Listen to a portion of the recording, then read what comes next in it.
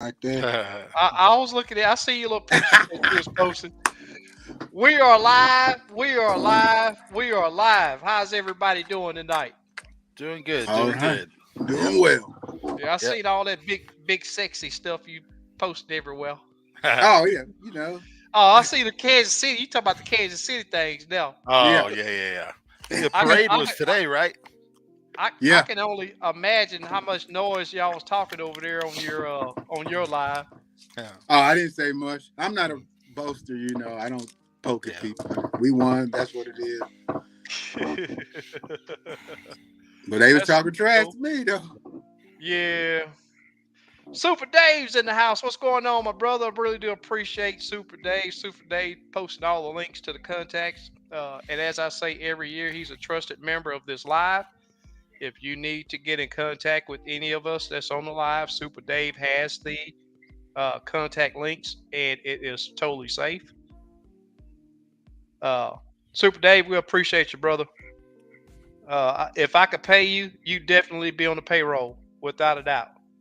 But I'm a broke old soul, so we just talk and give good information on crappie fishing around these parts now. So it's what we do. Yep. Kim, did you at least get to fish this week? I went Thursday and Friday. Nice, nice. Limited out both days. What? You was using minnows? Come on, man. Why you why you trying to do me?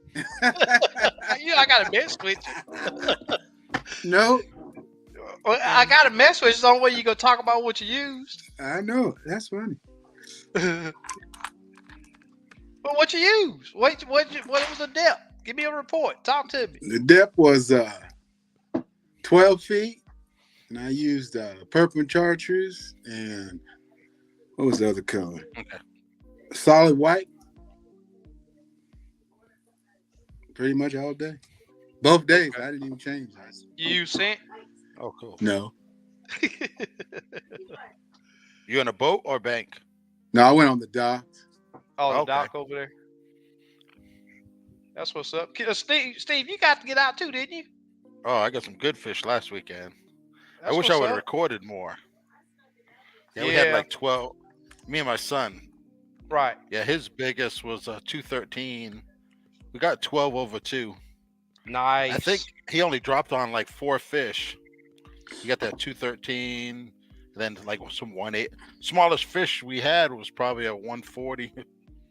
Oh wow. What Yeah. lake? Lake whatchamacallit. Oh, Fork. Oh, Fork. Okay, we know. yeah. Oklahoma. Yeah. You know, the other week it was Lake No Can Tell. It's Right. like what you call it this week. You in Oklahoma, you better call me so I can meet you. When I go big fish hunting, it's like no lake. Yeah. Oh yeah. And the thing is, you get on certain lakes, man, and folks find out that it has a population of big fish, man. It's and it's a lot of people don't think to put the fish back. Right. Yep. It can. Anything over 2 goes back. Yeah. Yeah. That's what's up. Yeah. I can tell You you I've see- been a 4-pounder caught in Kansas today. Oh, serious? And my buddy texted me. He caught it off one of my gold jigs. It's a Oh, he caught 401. He caught it? Yeah, in Kansas. Oh, man. The guide guy? No, Buddy Deal. Oh, okay, that's cool. Did I've he post heard any that name pictures? before. He was trying to sell the trolling motor. Remember him? Yeah, that's yeah. right. That's right. Yeah. He gonna send me a picture. He ain't on social media, but he's gonna send me a picture of. Okay. Yeah, I knew I remembered that name. Yeah. That's what's up, man. Said That's he caught it man, off the golden chartreuse jig. Hey, John. How's it going, that- man? That's a big fish. Big fish. Yeah. Oh, Kansas, yeah. that's huge. Yeah. El Dorado, they say, has some big fish over there. Oh, that does. El Dorado or El Dorado. El Dorado. Yeah. It does. Depends Hey, on, Stephanie. we down here in Texas, so we say El Dorado. Yeah.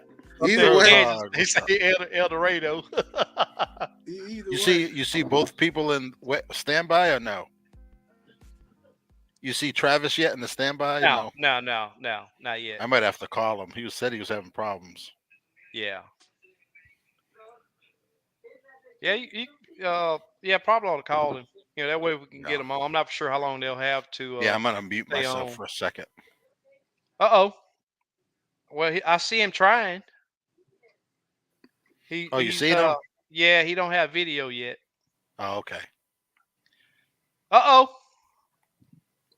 I'm gonna let him get his camera situated. Okay. We may You have made him it. now. Yep.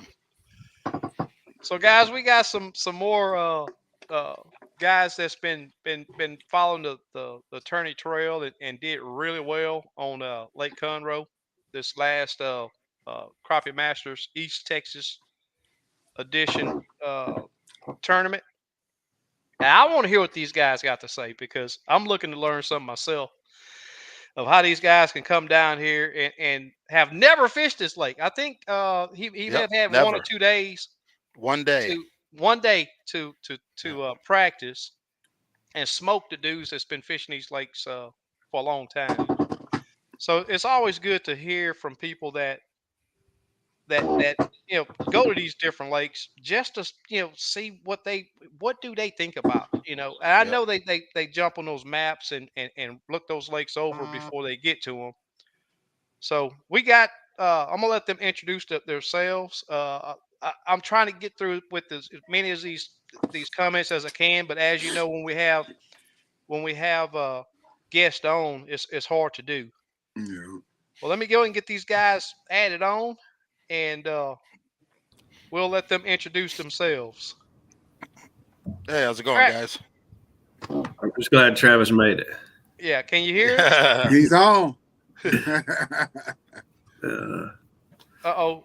Do you have Mike over there? No no, Mike. no mic, No, we Travis. can't hear you. As you can see, this isn't the technical end of the partnership here. Pilot error. We try to keep him off the electronics. Yeah. No Mike. Yeah, we can't hear you, Travis, but that's good. Yeah, we can't hear you. Yeah, it should I be may on have mute. to text him. No, he's not on mute. I can see that. He's not on mute.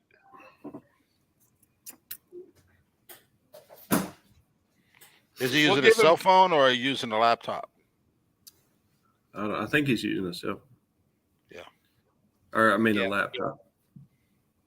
Uh-oh. He just jumped out. Well, Michael, it looked like you're the man to explain everything. I So, got you. how was y'all's trip down? Did y'all enjoy my part of the world?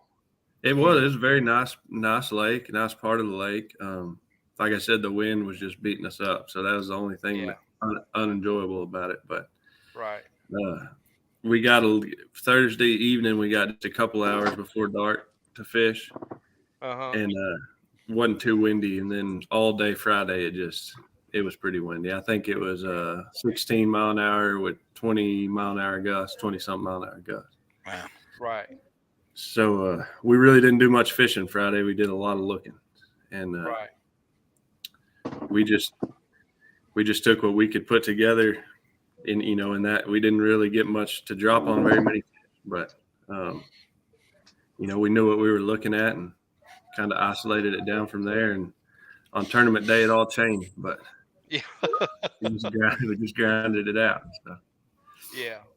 This time of year, man, I see that a lot, man. I'll be in an area and I'm talking about fish everywhere I turn my transducer, there's fish there, and you go back the next day and it's a ghost town. Yes, sir. It just transitioned, Yes, sir. That's that time. It's that time of year. Full transition, and you don't know whatever you're going to be. It's almost a good thing when that's what I tell Travis. I say, if we're not on them in this area right here, when we got a couple, I said it's even going to reload. They're even going to come in here and stack up more, or they're going to be gone. But right, it's a coin flip either way because there's no way to know. Right. But that's right. So, how long have you been into crappie fishing, and how long have you been fishing tournaments? So I've crappie fished my whole life, before live scope, and I got into live scope about 1.5 years ago, and got a full year of crappie fishing. Me and Travis, we kind of got into it around the same time, and he lives here local. We actually didn't know each other until we started crappie fishing. Okay. And what about now? Can you hear me? Yeah. Yeah. We got There we go. all right.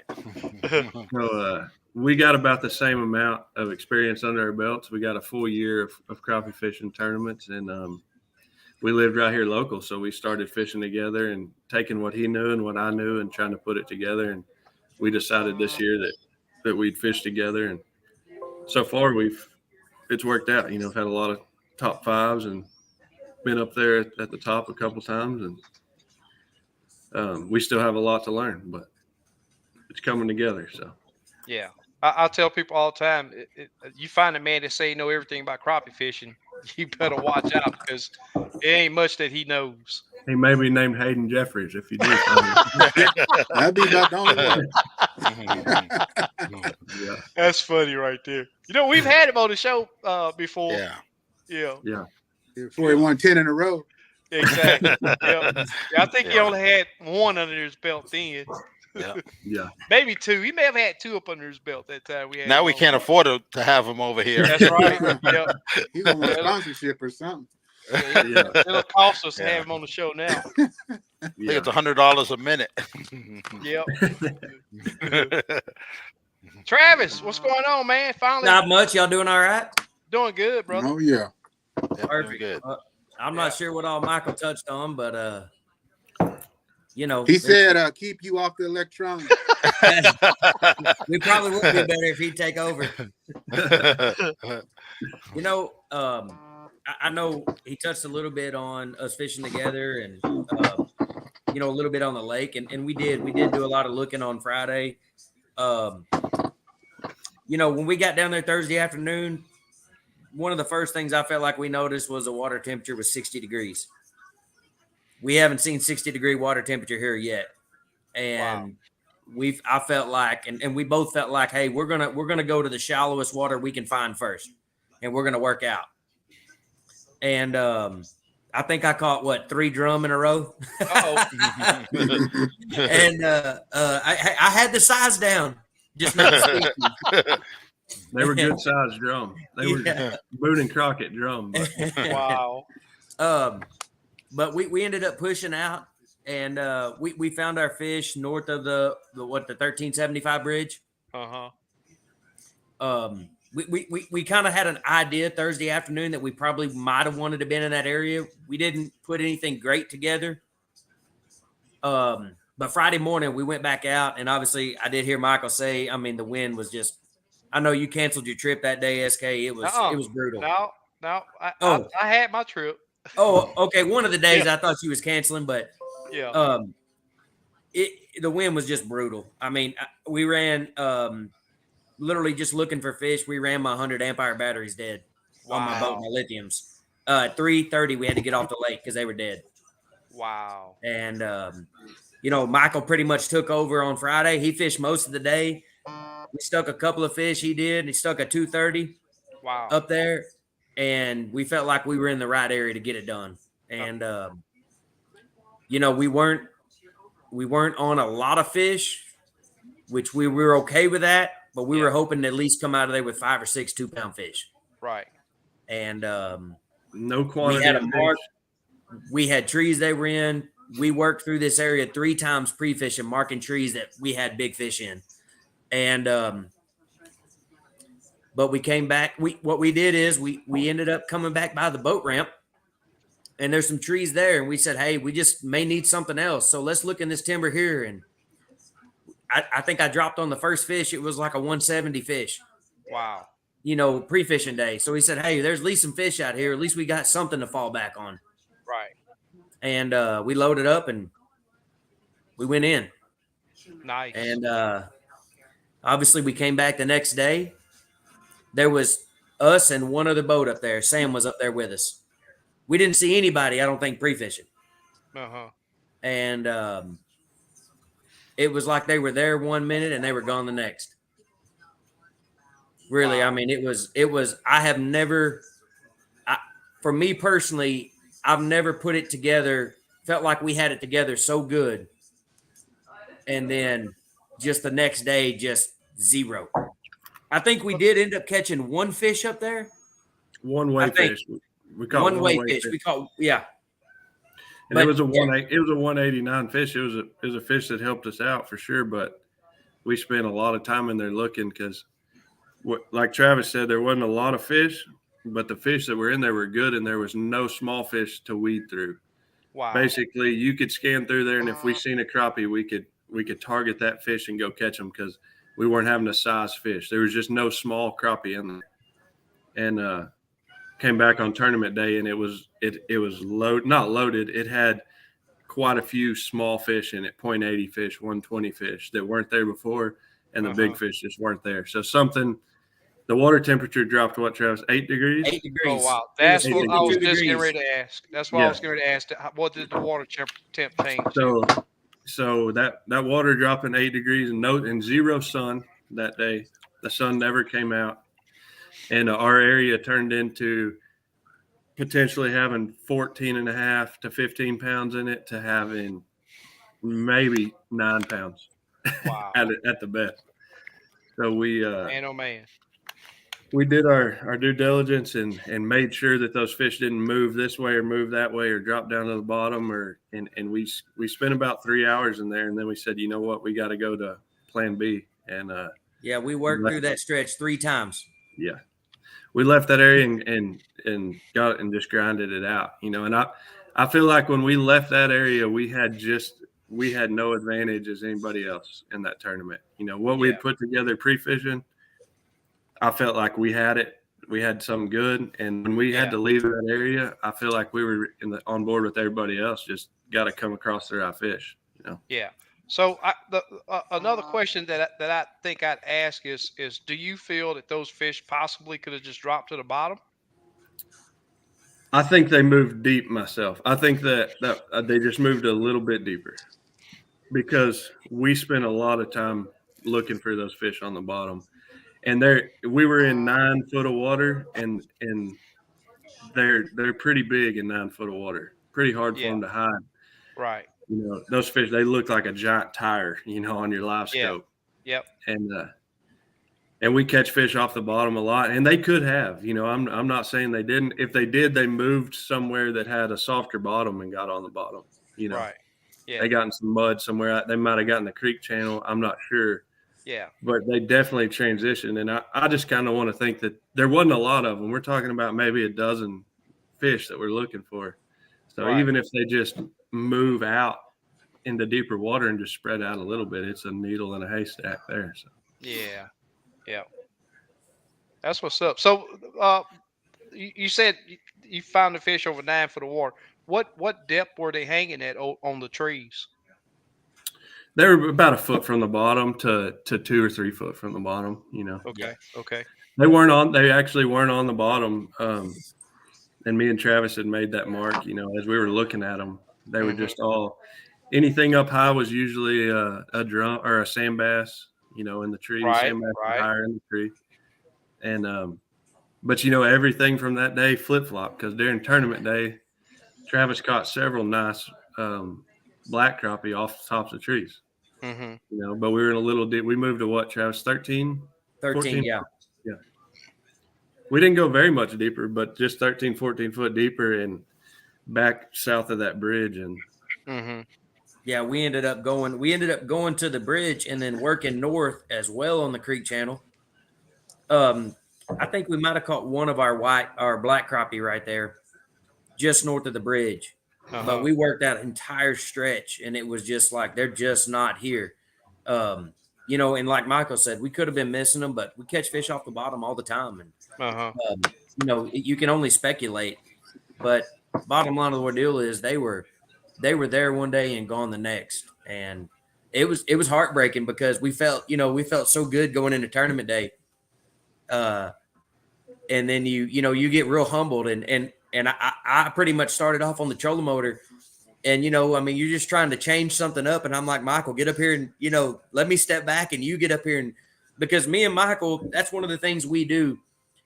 Me and him both fish a little differently, which sometimes it's good, sometimes it might be bad. I don't know, but I'm a lot more of the power fisher. I like to shove the bait in the fish's face. I like to blow and go. I like to keep the trolling motor on 10. Michael, he's a little bit more methodical about how he fishes. He likes to take it easy on them and study them a little more than I do, you know. But it's worked out for us, you know. So that's why when I wasn't getting it done, Michael took over, and you know, it's like, dude, get up here and see if you can see something I'm not seeing, because we you know, something's going on, because these fish were here and I'm not seeing anything. Right. What unit are you running? The 8416. 8416. Yep. And the day that you did either day, did you guys run into any fish that was tough to get close to? No. I mean, they might have spooked a little, but we caught them. I mean, okay. I think they were more transition spooking. You know, we when we went to weigh-in, we heard a lot of guys saying, you know, the boat slap was pushing these fish and pushing these fish. The way I look at it is, when we roll up to a tree and that fish blows off the top of it, I'm in my head, I'm not going, man, this boat scared that fish off that tree this time of year, because they're moving constantly. Right. Yep. Anyway. Yep. And Travis is real good, and you know, we both know about just when that fish moves off that tree, stay after him.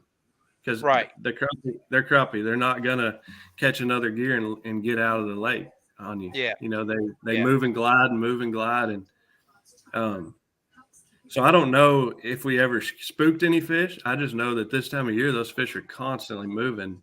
Yeah. And if you can't just if a man just waits to find one that'll sit there and let him catch him, he's not going to be on the winning fish. You know, you're going to have to get those ones that are moving. And so I don't know that we spooked any, but they were definitely, hardly any of them just sat there and said, catch me. Right. You know, most of them were moving. What rods were you guys using? Were you guys vertical, or were you pitching or casting? Vertical jigging, 13-foot Jinko rod. Yes. Okay. Awesome. Kevin Rogers series. Yeah. Yep. That's awesome, man. But one of the things, you know, that me and Michael discussed throughout the day, you know, like you said, we had to just get out there. I was fishing. Michael was studying the graph, looking at something we had put together, seeing if he could find something similar to where we had just caught fish. I mean, we were winging it. And, you know, but one of the things we discussed all day was how good the bite was. I mean, we didn't drop on a fish that didn't bite all day. And I mean, I just told Michael, I don't know, we probably caught, I would say, at least 30 fish that day. I mean, and there was a lot of fish that we passed over that we didn't want to catch. Right. But you know, I remember when me and Michael got back in the truck headed to weigh in, it was, we just discussed how good the bite was. I mean, there wasn't a fish that we dropped on that didn't eat a bait. And then we get to the tournament, and there's several people we're discussing, you know, I mean, that didn't have 7 fish, that were discussing how tough the bite was, how it started off good, how the bite went bad for them. You know, those kind of things. Right. And that was just something that I guess maybe it was just me and Michael's times. I mean, I've been there, but Saturday wasn't one of those days for us. The bite was just absolute. I didn't feel like there was a fish that I saw that I couldn't catch. Right. I think a lot of that goes back to the fish that we were targeting, as far as we weren't targeting fish that were sitting still. We were targeting fish that were actively feeding. And if we happen to see them on a tree, they weren't there long, you know. And I think those fish that are actively feeding are going to be a lot easier to get to bite than those fish that maybe a guy that's fishing a brush pile and those fish are just sitting there in that brush pile. You can't get them to bite, you know. So yeah, and like Michael says, there were several fish that were actively eating bait that we were chasing that we ended up catching. Nice. We thought about seeing how long we could chase them, because they just kept getting heavier and heavier. We were watching them swim up in each shad. Yeah, each shad. You know, when do we need to pull the plug on this and go ahead and put him in the boat? You know, that's right. That's awesome right there. But I felt like our best point was we were working a tree line. Michael picked out a tree line. He said, Travis, let's go work this. I said, all right. So we headed over there, and I don't really remember what all we caught on it, but I know it had fish on the trees. And I pulled up to one of the last trees on this row, and it was 2 trees side by side, and there was a crappie at the top, a crappie about 3/4 of the way down, and one other crappie right below that one. And I could tell the second crappie was the biggest one, but I didn't. The first one still looked pretty good. Mm-hmm. I dropped down and caught that fish. It was like a 160 fish. It didn't help us any. But the next fish, I even told Michael, I was like, we probably shouldn't even put the fish back in the water, but I was like, hey, don't slam nothing and don't throw that fish back in the water. Just ease him back in the water. And ended up dropping on the second fish, and it was a 220. Oh, wow. So that And called like a 168 or something for us. I think That's what sealed the deal for us as far as getting the check. You know, we'd have had a good finish, top 5 finish for sure, but we needed that kicker fish to be up there in the money. And Yeah. and then after Travis caught that one, and then after he said, "There's one more on this tree," and he went ahead and caught that one too. It didn't do us any good, but Yeah. he did catch all 3 of them fish off that tree. And you know, those were that was at the very end of a line of timber going to a point. And I just found it on the map. We'd never fished it. And I said, man, let's just fish this all the way to this point and see what we can do. And it was the very last tree in that line on that point. And he caught all 3 of those fish. And then there was no more timber, we had to go to a whole nother area. But Wow. it was, and those were some of the only fish I think they were just sitting there for the taking that long. Yeah. You know? Yeah. One thing that with Conroe, what I found is I fish a lot of the ledges, and those fish hang on those ledges just like structure. Mm-hmm. And it's something that I've seen work really well, especially on Conroe, more so than Lake Houston. But I think it works on every lake. And that's what it was, SK.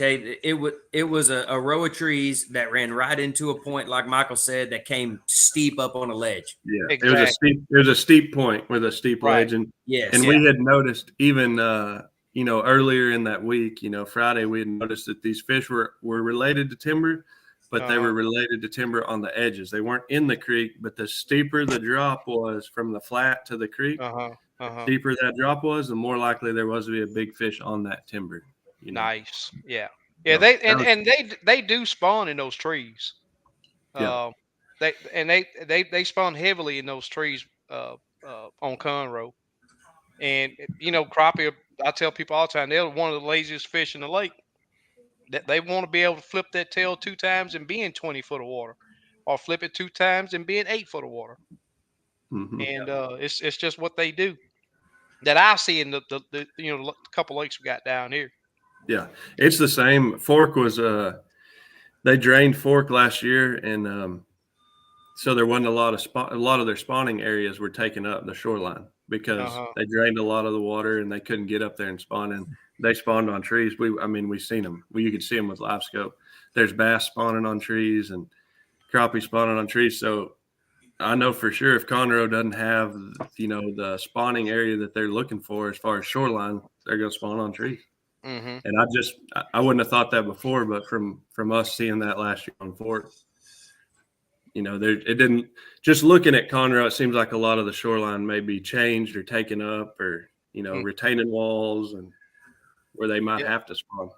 Yeah. So we have Miss Stephanie that's asking a question, and I don't know if there was that one guy. I forget, what was it, Red River? I think that won that tournament with no electronics at all in a John boat.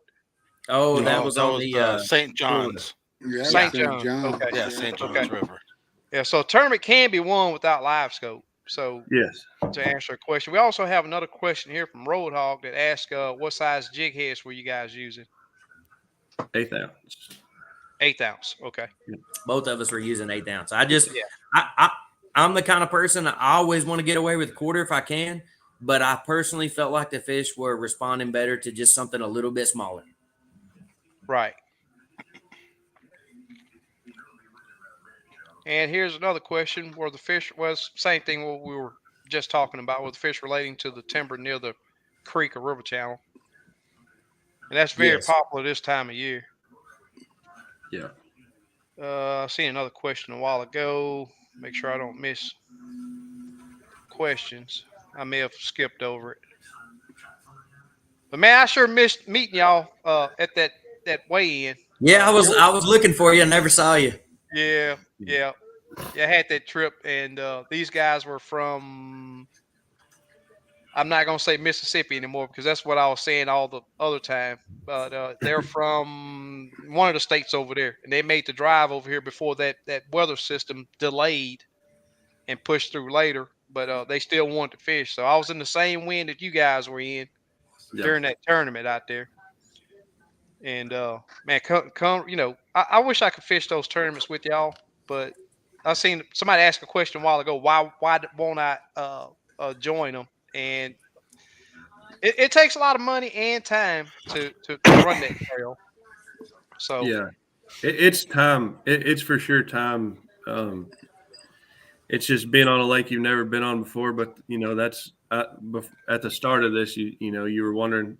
I heard you make a comment about how guys that never been on the lake before break it down and stuff. without a doubt, yep. And that's one of the things that just come with experience. Last year, me and Travis would just be mind blown about how guys were doing this. How do you come fish the lake for 2 days and then have it narrowed down? But it's just 100% experience and queuing in on those little things instead of trying to break the whole entire lake down. Because that's what I know when I first started, that's what I was trying to do. I was trying to take the whole lake, break it all down, figure everything out. And it's a lot simpler than that. It's getting the part of the lake they're in and go fishing and pick up on what you're seeing and go from there. Right. And I felt like for myself, I'm looking on Google Map before this tournament. Michael does his thing. I do my thing. We discuss it kind of on the way to wherever we're going or when we get on the lake. And I had ran a Google map or a Google image on the lake, and I had it narrowed down to 600 acres. So 600 acres is not that much to cover in a day of fishing. Right. So that, and we ended up, obviously we found our fish in that 600 acres, but we ended up pushing out of that a little bit, obviously on tournament day. And you got to be able to make those adjustments on the fly. There would have been some guys that would have just, tossed their hands up and gave up. But, I say it all the time, being an experienced crappie angler, having an open mind and being able to make those decisions on the fly, whether it's something that you've thought of or not, is what make good trips. So, SK, I see a question up here. Let's see, from Slick. And it says, what tournaments are we fishing? And so we're actually fishing the Crappie Masters East Texas Trail. We're fishing Crappie Anglers of Texas. And then we're fishing some of the Crappie Masters. I know we're going to Grenada next month. I don't know if Michael's going to get to go on that because he's got a kid on the way. Yeah. But we're gonna fish. I mean, we're gonna try to do Grenada and Darbone, and then obviously Fork.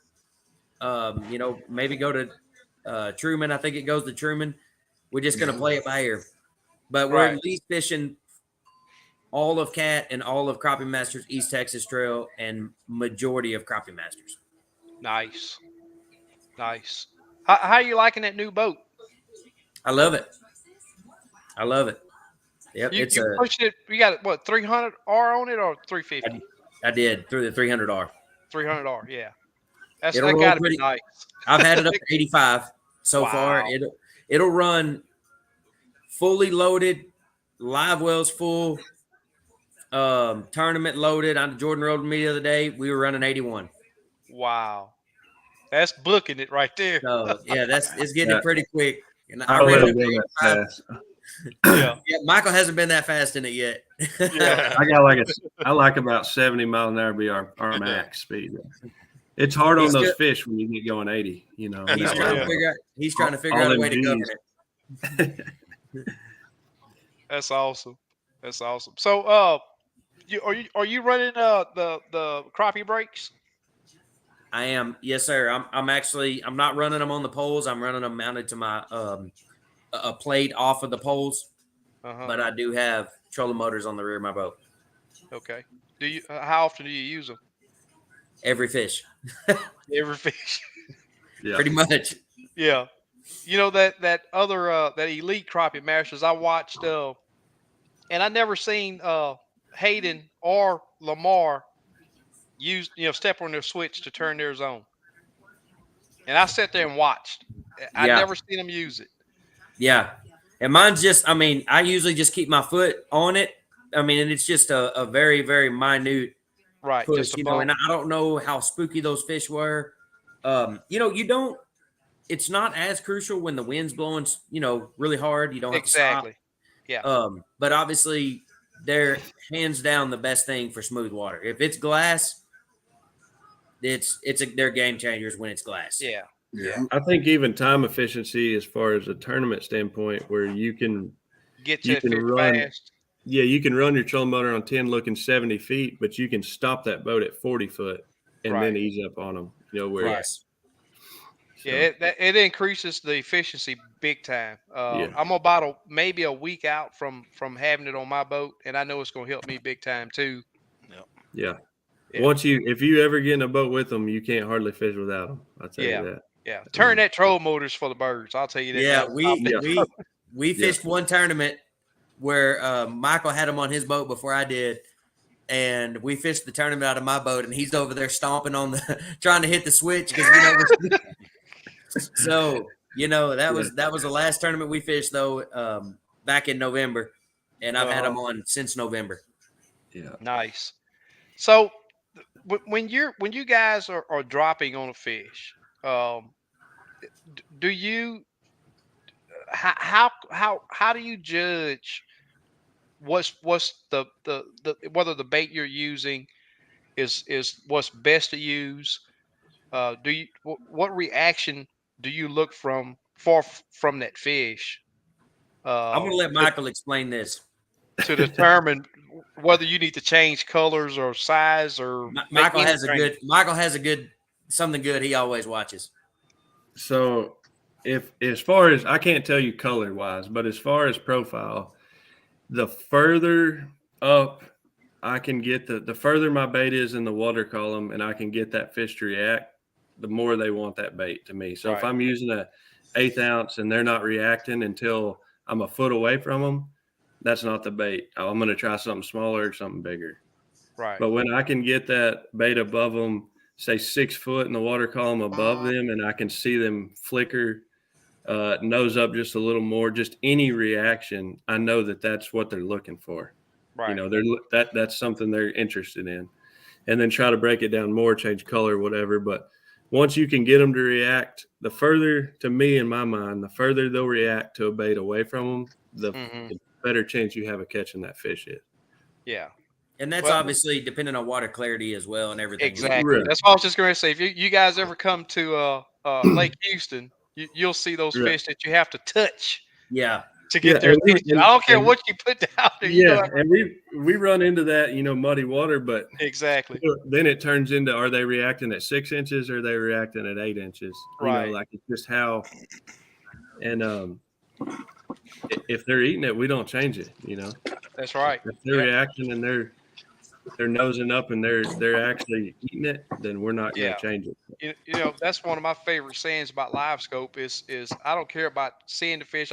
It's the reaction time that fish gives you on what you're dropping on. That's one of the most important things that advantages of having live scope that I can think of. You can always, like Michael said, you can always see that fish flicker. Exactly. To know if you're getting him excited or if he's not going to do anything. Right. So, and I don't care how good you can see them. We all know that you can put every bait that's in your boat around them and they ain't going to bite sometimes. That's right. Yep. That's a crappie for you. All right. So I've been tossing questions at you guys since y'all been on. LBG, Steve, Kim, have any questions for Travis or Michael? Yeah, I got a question. On your live scope screen, say you're fishing 10 foot of water. How's your screen set up? How deep are you going and how forward? I don't typically ever put mine less than 20 foot. Okay. And I fish it with a 16. I fish at 30 feet. Okay. 30 foot out. Okay. We're looking for fish, 50, 60, 70, 80 feet. Right. But we're scrolling into 30 and obviously catching them, 8 to 10 feet. Okay. Yeah. So One other question. 32 or 34? I'm running a 34. Yeah. Hair jigs or plastic? So both of us use a mixture of both. If you want to name it, I got it. But And if he don't, you name it, he'll get it. But I've got we used hair jigs on Saturday. Michael was throwing a silver and chartreuse. I was throwing a gold and chartreuse, which is not a color I use very often. But I can't remember what Michael had on Friday, but it was something that was gold colored. Uh-huh. And he was getting a really good reaction bite out of them, and I just tied it on. And it was a tournament. It was. I didn't break off. I don't think Michael broke off all day either. It was just one of them days. It just things went right, and other than our fish leaving, but I used the one rod and the same jig all day long. Never broke off. Never retied. Yeah, I got to tell you, I've never used gold on Conroe. Gold and chartreuse is what I caught I every have single never one of my fish used on. gold on Conroe. I saw a lot of that color. And we were fishing some really muddy water. So anytime in my mind, when I see muddy water, I go for something natural. Yeah. Natural looking or orange. To me, that's just my go-to in muddy water. Yeah. And I had that. I don't remember if it was a gold and yellow jig I had on, and then Travis tied that gold on, and they were just working. We weren't going to we didn't need to change anything. It was just working. Yeah. And so, Well, you can't. You were right there. I mean, right there at that first place, and y'all did. I would say don't change anything. It was one flop in the in the weight basket. They flopped and he pulled them off of it. Exactly. Get them back on there. Dip them in the water one more time. Yeah. So I told Michael, I said, I think we might have to start killing our fish before we actually weigh them. I'm tired of them flopping off water weight. Yeah, that's crazy. But no, we turned them all loose. They were healthy. They were live. Yeah. I actually run oxygen in my boat. Oh, okay. Okay. I have an oxygen tank. Yeah. Something I bought last summer to keep fish alive, try to keep them healthy. And me and Michael have had some discussion about it. I think he likes it. Mm-hmm. I like it because it's maintenance free. Right. You just turn the oxygen on, and you don't worry about running any pumps. I don't worry about doing anything. Every now and then we'll fill the live well just to let it overflow, just give them a little fresh water. Fresh water. I don't even know if we did that on Saturday. Yeah. But, maybe 1 or 2 times a day at most. Nice. And my oxygen has a little regulator deal on 1/32, and our fish have on one tournament we won last year. I did kill one of our fish because I thought I needed to give them a little more oxygen. I didn't know that would actually kill them at the time. Yeah. I learned the hard way. It was trial and error. Yeah, we did. We still ended up winning the tournament and killing one of our bigger fish. But I learned since then you put it on 1/32 and you leave it alone. Yeah. So, I'll tell you what, I'm really liking. This is off topic, but I'm really liking that wall behind you. That's a beast of a wall there, I'm trying to figure out how to do this here. Let's see. No, it seems like backwards. Here we go. That was pre-live scope too. Yeah. Because I know they're pre-live scope because ever since he figured live scope out, he ain't chasing them no more. I'll tell you what, it look good on the wall though. That's right. It gets confusing for me around hunting season because I want to do both. Mm-hmm. Yep. I still enjoy. I do still enjoy it though. Yeah. You need that 3-pounder in back of you pretty soon. He should be getting in the coming in the mail anytime. Yeah. Oh, nice. And Michael caught his 3 the other day. Yep. Wow. Yeah. Yeah, those 3-pounders ruin you, man, because then when you catch 2 pounders, you're like, yeah, okay, it's nice. Yeah.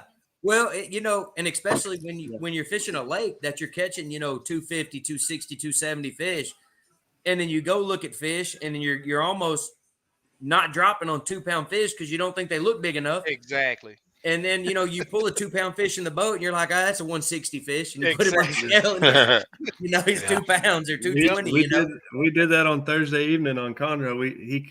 Travis was fishing. He caught 2 nice fish. We went, 140 fish, 160 fish. He caught another one the same size. I said, let me weigh that thing. And I weighed it, and it was 200 on the dot. I said, Travis, these are 2-pound fish, man.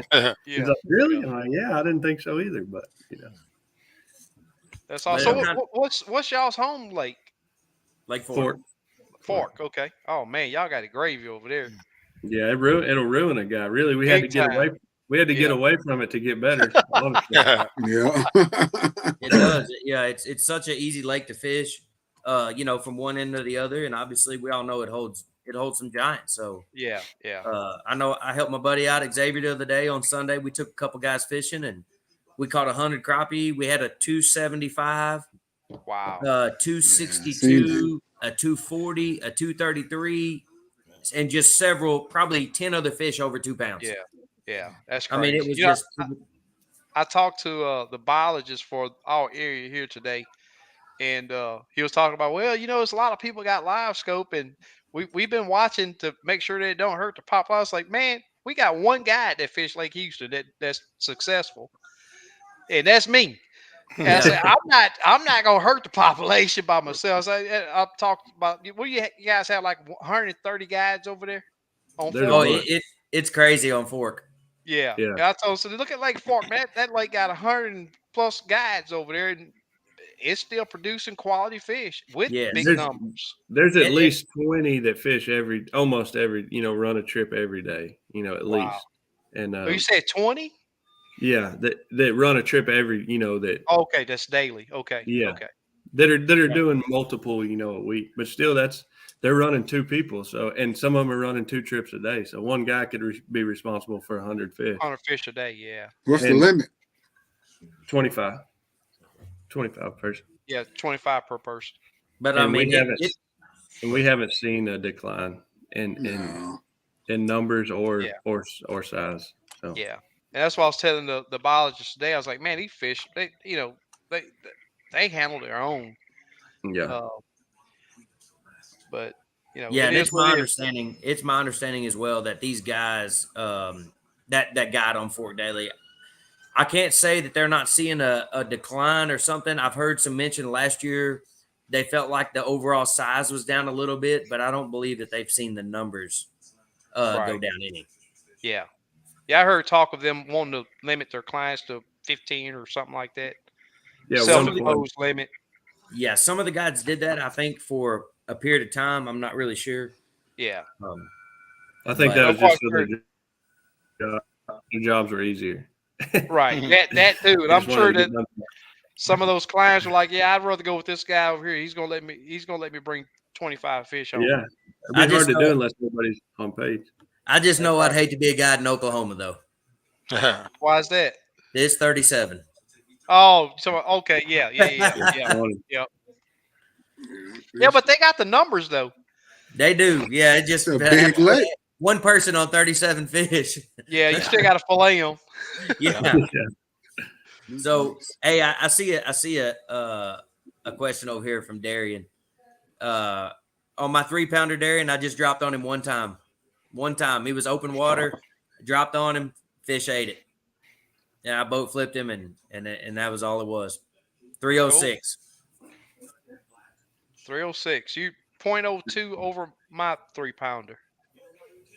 On little old Lake Houston. And it weighed 304 on Michael's scale. It weighed 306 on official scales. And Michael caught his the other day. It weighed 304 on his was exact same weight as mine on his scale. Wow. Nice. You guys got a tiebreaker. You have to catch another one now. That's right. Yeah, that's right. I think we could get it done. Yeah. Oh yeah. If you stand up long enough, it's gonna happen. 4-pounders, home of the 4-pounder, right? Grenada now. I may be having a baby, so they're in Grenada. But I'm looking forward to the Grenada trip. Yeah, I know I am too. Yeah, we're supposed to be going. When we going, Steve? March, right? The week of the 7th. Yeah, y'all will be there during Crappie Masters. Yeah. Really? Yep. The tournament is the 10th and 11th. Yeah. Wow.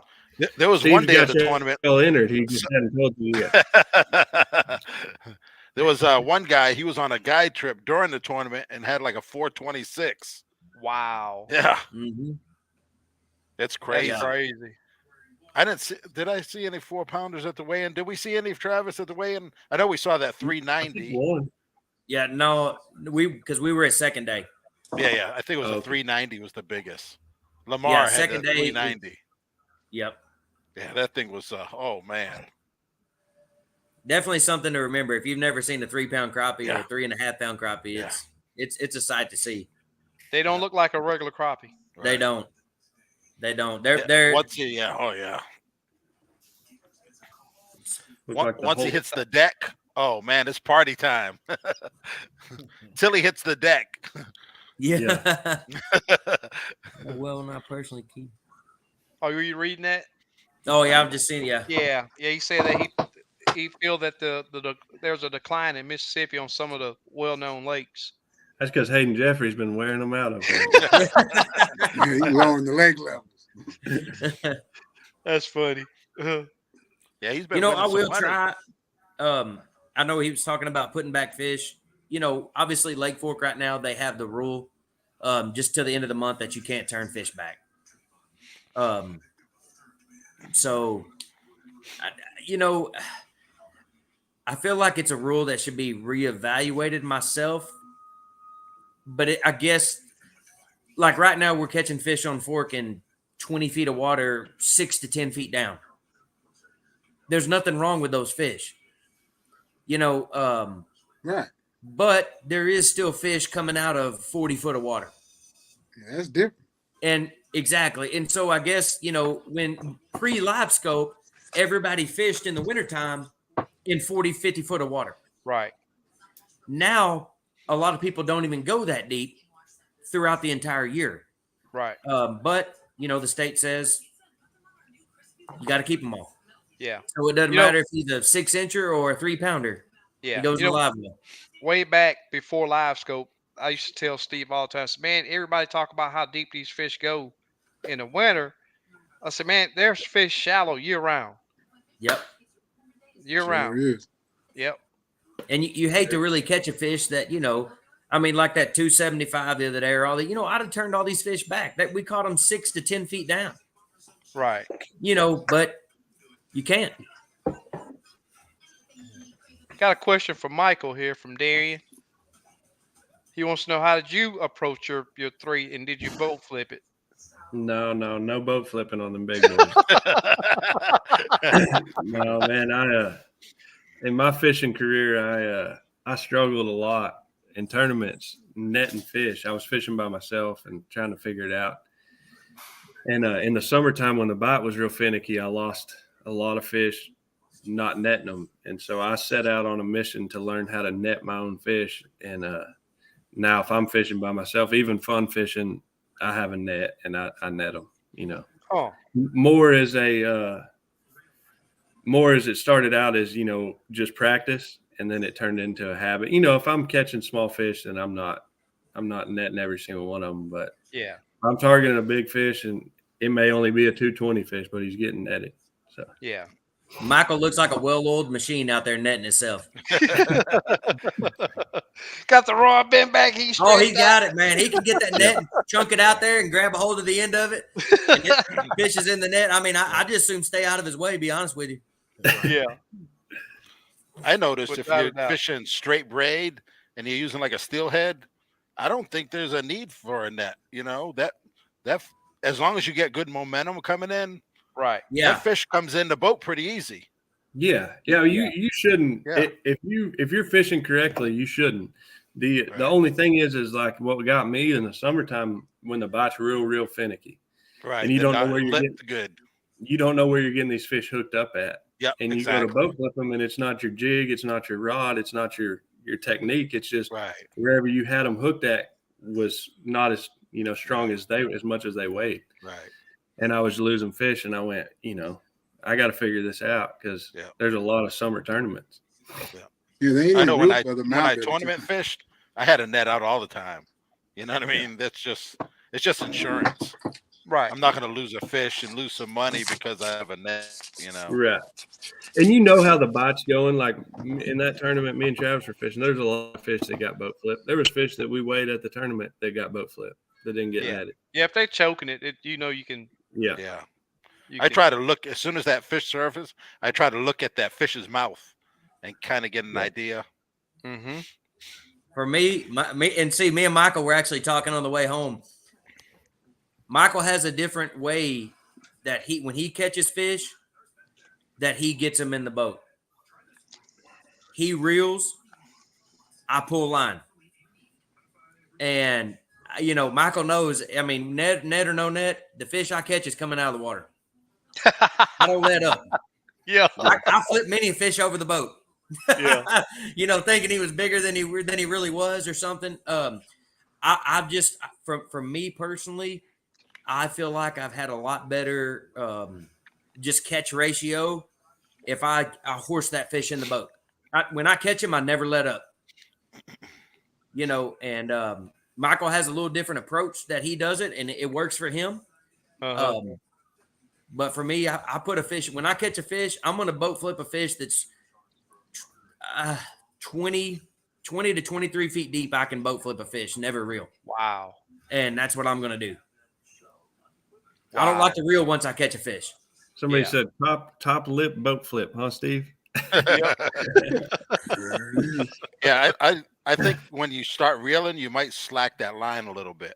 Yeah, you do. Michael's got a way he does it that You do he does if it. you don't, But you know, Right. you got to reel that. When I reel, I'm reeling my rod down. Right. So as I'm reeling, it's Yep. pulling my rod to the fish, and I'm lifting. Right. And that's just so I can get enough. And I know about how many cranks. If I'm fishing 20 foot and I catch one at 19 foot, I know I need to crank on it about 8 times and then lift where I can net them. Yeah. Whereas, you know, Travis is doing the same thing, but he's just pulling line. Right. And that's So it's how not. I'm not reeling that Yep. fish all the way. I'm not fighting and reeling him all the way in. It'll just be hook set, reel about 8 times real quick, and then lift and net him. Yeah. So it's just because I usually fish 20 foot deep without reeling, and I know that's like my limit. You know, just pulling line. You have to know your limit, otherwise you get stuck. You know. Right. Mm-hmm. Mm-hmm. So, speaking of reeling, do you guys prefer bait cast or spinning reels? I think we both use bait casters. Bait casters. Yeah. Okay. The only time I use a spinning reel is if I'm using like a 1/8 inch and for some reason I'm not wanting to use a weight above it. Okay. You know, if I'm using it or It 1/8 feeds the line out faster. Right. I can kind of, you know, if sometimes here lately I've started running a quarter with no weight above it, and it's a lot easier on a spinning cast reel. But other than that, I think we mainly use bait casters. Yeah. So to answer Jay's question here, Jay, we're not running tournaments on Lake Houston just yet, but that's coming soon. We'll get those started up probably next month when there'll be a lot more willing people to fish. You know, during the heavy part of the spawn. Yeah. Talk about your jig line setup.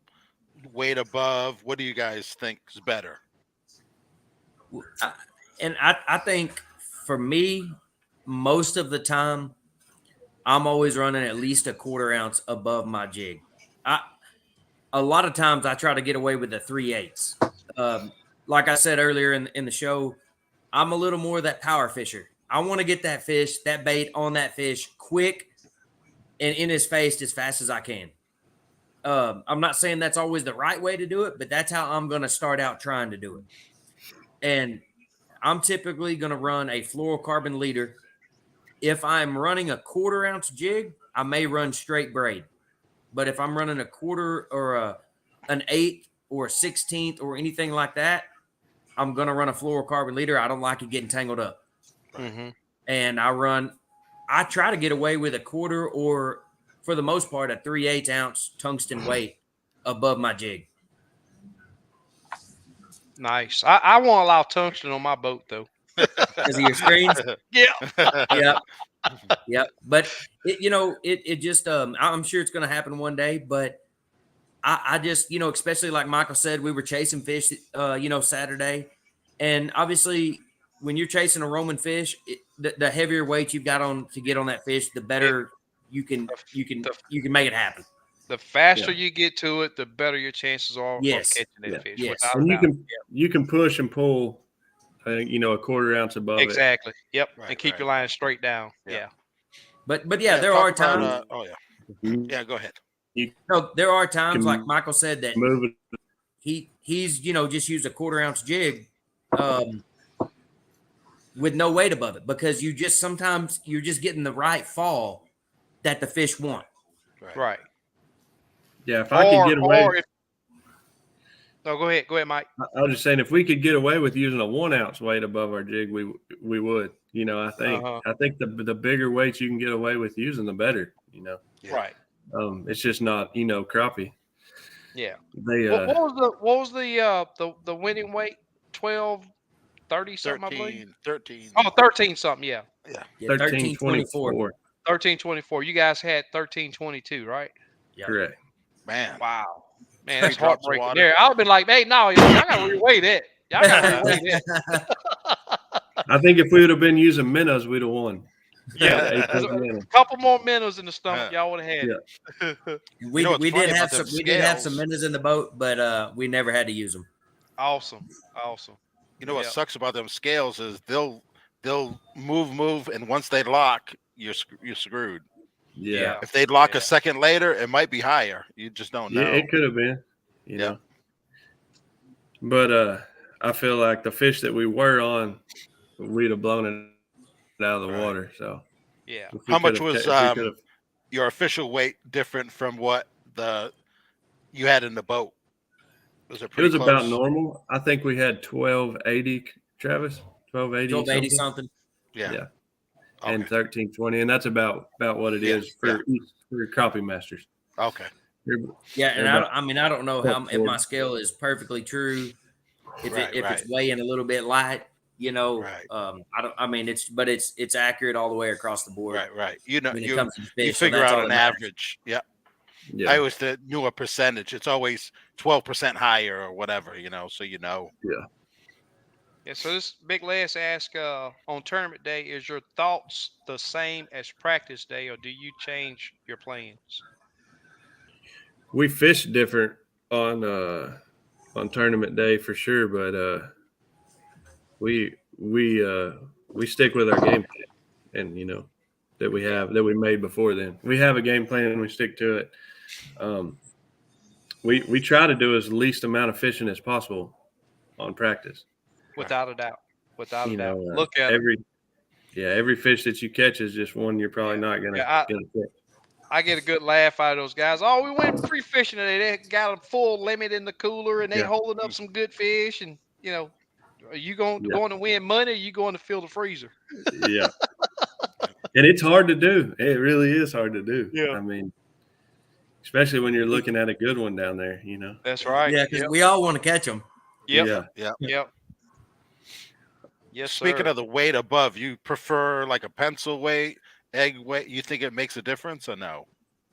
I think the smallest profile you can get above where you can take their attention off of that weight above it. Yeah, whether it's a pencil weight, whether it's a barrel weight. Travis was using a tungsten quarter ounce barrel weight's really small. Yeah, half the size. Yeah. I like the tungsten. What are those weights called, Travis? Like those skinny weights I use. Is it the slider weights? It's like slider, yeah. The tungsten slider, quarter ounce. Yeah. It's real thin, Yeah. But I even got some tungsten beads. They're small. They little do. beads. Mustang makes some. Yeah. I can't get away from the split shots. Yeah. Y'all probably laugh at me for using them, but no, they make tungsten. They even make tungsten split shots. Yeah. I just actually I don't like used the them split last shot. Sunday. If I'm running like a with a fluorocarbon leader, I just don't like pinching the line. Right. Yeah. I try to run the smallest. There's sometimes I'm running 6 pound. I'll run 20-pound braid, but I'll have 6 pound mono leader. Okay. So I'm trying to run like a bobber stop and a quarter ounce tungsten. Right. Yeah, so it don't want to fray your line. Right. Yeah. So forever SK I ran on all braid. I ran split shots. Yeah. I use a mono leader. I use a 20-pound mad braid, and then I'll tie on a 12-pound mono leader. That's usually Even my if I'm fishing in muddy water, I always use a mono leader. That's usually my go-to is 12-pound mono. Yeah, So. yeah. I just like the presentation it gives. I like the fall rate. I like, just a little different. It helps prevent the tangle ups also. Yes, definitely. I can't stand braid tangling. I hate it. Yep. I hate it. I don't know what it is. Lately, I haven't had the problem. I think I'm doing something different, or I'm just. Yeah, if you let it swing all the time, Yeah. it's rare that you get a tangle. But if you're dropping it straight down, especially trying to get down fast, man. Right. I'll tell you what, though, even more so on a light jig, and you got a heavier weight above it. Absolutely. Yeah. No matter what, though, when you miss one, you're getting tangled somewhere. Oh yeah, I hate that. Yeah. That's no lie. that is for me. If there are certain times if I'm running quarter and quarter, that I won't run a fluorocarbon leader, but for the most part, especially tournament fishing, 90% of the time I'm running a leader. Yeah. Yeah. What type of knot you using? I couldn't even tell you what it's called. Just the clinch knot or whatever, where you tie them both together. Most of the time on my Like a uni knot. I believe that's what it's called, a uni knot. And then I'm tying a loop knot on my jigs if I'm running fluorocarbon. Yeah. Right. Yeah. Yeah, I like that loop knot myself. I think it's the only way to go. Yeah. I need to start using fluorocarbon. I've been talking about it. Yeah. So on y'all fishing a lot of these lakes around the country, or even on your home lake, do you guys see a lot of those mohawk or black nose crappie? There's quite a few on Fort. I didn't catch any on Conroe that I know of. Have you ever seen a black nose that has the white crappie markings? Don't Most of them, most every last one of them have the black crappie markings with the black nose. Most of them I've seen have looked more like black crappie, smaller mouth. Right. Yeah. Yep. I've always said if I could catch a 2-pound one, I'd get it mounted because they're cool. That'd be cool. Really pretty fish. Yep. Never caught one that big. Yeah, we have a lot of them in Lake Houston, and I've caught 2 so far that, unless you counted the spines, you'd swear it was a white crappie. Really? It have the vertical bars. It's not spotted at all. It looks like a white crappie, but it has that definite black mark down the nose. Right. On all your weighing fish, did you have more white crappie or black crappie, or was it a mix? We had more white, but we had two or three blacks. Okay. Yeah. Caught a couple of nice black crappie. Yeah. Yeah, Conroe got some really good, especially this time of year. I mean, if I fish a tournament, I wouldn't be scared to have them in the lineup. No, we probably would have caught more, but they acted too much like sand bass. We didn't have time to mess with them. So they're sitting up there. I know just like a couple of them we chased and thought they were sand bass and ended up catching them, and they ended up being some black crappie. But wow, black crappie. So yeah. So Slab ask, does Texas record hybrid crappie or any state y'all know of? I don't think so. I talked to a biologist today, and they're doing a lot of samplings now because they're saying how many hybrids that they're starting to see in all of these lakes. They want to know if the fish is it natural or what's happening. So there are a lot of hybrid crappie, but I don't think they differentiate the weight class. No, as far as like your Texas record form you fill out, it just has an option of black and or white. Exactly. Yeah. And then I think if it's a hybrid, they don't count it. No, they count it. Yeah, they do count it. They count it. Spines. No, they do it. So we were talking to a guide on Fork, and he said he caught a lake record out of Bob Sandlin, I believe. Uh-huh. And it took him a long time to get his certificate because they were trying to identify it because it was a hybrid. But they still give you your recognition, but they'll just mark it either white or black. They don't mark it as hybrid. But they are, like you said, they are interested in knowing what it is. but I don't think Right. they recognize a slot for a hybrid crappie yet. I think No, they just no. it's even black or white. Right. Hey, I'll I've go heard back that- one question. To what size line? I'm Okay, always running right there. myself. I run 20-pound braid and a 15-pound fluorocarbon leader. Yeah. And I honestly I can't answer that. If he said and why, I just I Confidence. feel that's worked good for me. And like I said, sometimes I don't run the leader. Most of the time I do tournament fishing. I feel there was one point in time last year when I felt like I got more bites with a fluorocarbon leader. It's probably So- hot out. Yeah. And so it's kind of that's always been in the back of my mind. Do I think you need it to catch fish? No, but Yeah. there are certain times I do feel like you might have just a slight advantage if you were running. Yep. So I how totally much agree. leader do you actually put on? I'm usually running, I'd say 3 to 5 feet. Yeah. So Matt asked, do you still use 12-pound mono leader in real clear water? I do, yeah. Absolutely. I use a leader not necessarily as far as water clarity, as far as bait presentation of how your bait is presented. It falls a lot slower. And your waves, just think if you're fishing with straight braid, you know how sensitive braid is. You can feel every little thing. Well, if you're in wind and the boat's moving up and down, your pole's moving up and down, and you got straight braid, every time you move, that bait under there is just getting yanked around. Yeah. And if you got a mono on there, that bait's going to flutter down, flutter back up, flutter. You can still manage to get one to bite without just jarring it around. So I use it more of a presentation and not as far as them seeing it. I can't. I know that fish can see your line because I can watch them swim around it on live scope. I don't know if that matters as far as catching them, but my deal is just presentation with the leader. So Stephanie has another question here. Why do black crappie seem to be less prevalent and weigh more? I don't know. I think white crappie are actually way more on the average, right? Well, black crappie get taller, Yeah. Per I mean, inch. I would say it obviously could depend on what lake you're on. Yeah. That's Yeah. and they like clear Without a water. So you're gonna Yes. get more blacks in clear water than you are in stain water.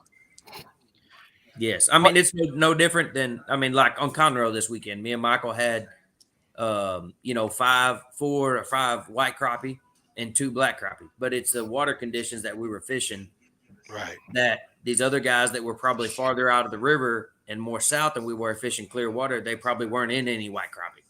Right. They were Right. only in blacks. Certain parts of the lake. Yes. So the overall weigh-in was it a majority blackfish or I would say it was a mixture, but I mean, it would seem that if somebody had white crappie, they had white crappie. If somebody had blacks, they had all blacks. all blacks? Okay. Is that Mr. Blake Ray with getting jiggy jigs down there with my hybrid caught in Southern Illinois? Yeah, 21 inches long. That's why I put that up there. Man, 21 inches. If that man can tie a jig right there too. If y'all Oh, need really? That's what jigs I use. If Okay. that's the Blake Ray. Yeah. I'm pretty sure it is because he's from Illinois, but Yeah. You look at my tackle box, I got a smorgasbord of everything. Michael's got one set of hand ties he uses. That's what's up. hey, whatever the crappie want to eat for that That's day. right. yeah. Yeah. And if Yeah. it takes putting a minnow on there to cash a check, guess what? We're not above it, I promise you. I'll be the first one to use one if it need be. Right here's a good question right here. That I with me, if I got time, I'm going fishing. I don't care what the barometric pressure is or moon phase. I'm Nah, going to catch the fish. I go fishing. Yeah. I go fishing, but on tournament days, I'll look at the moon.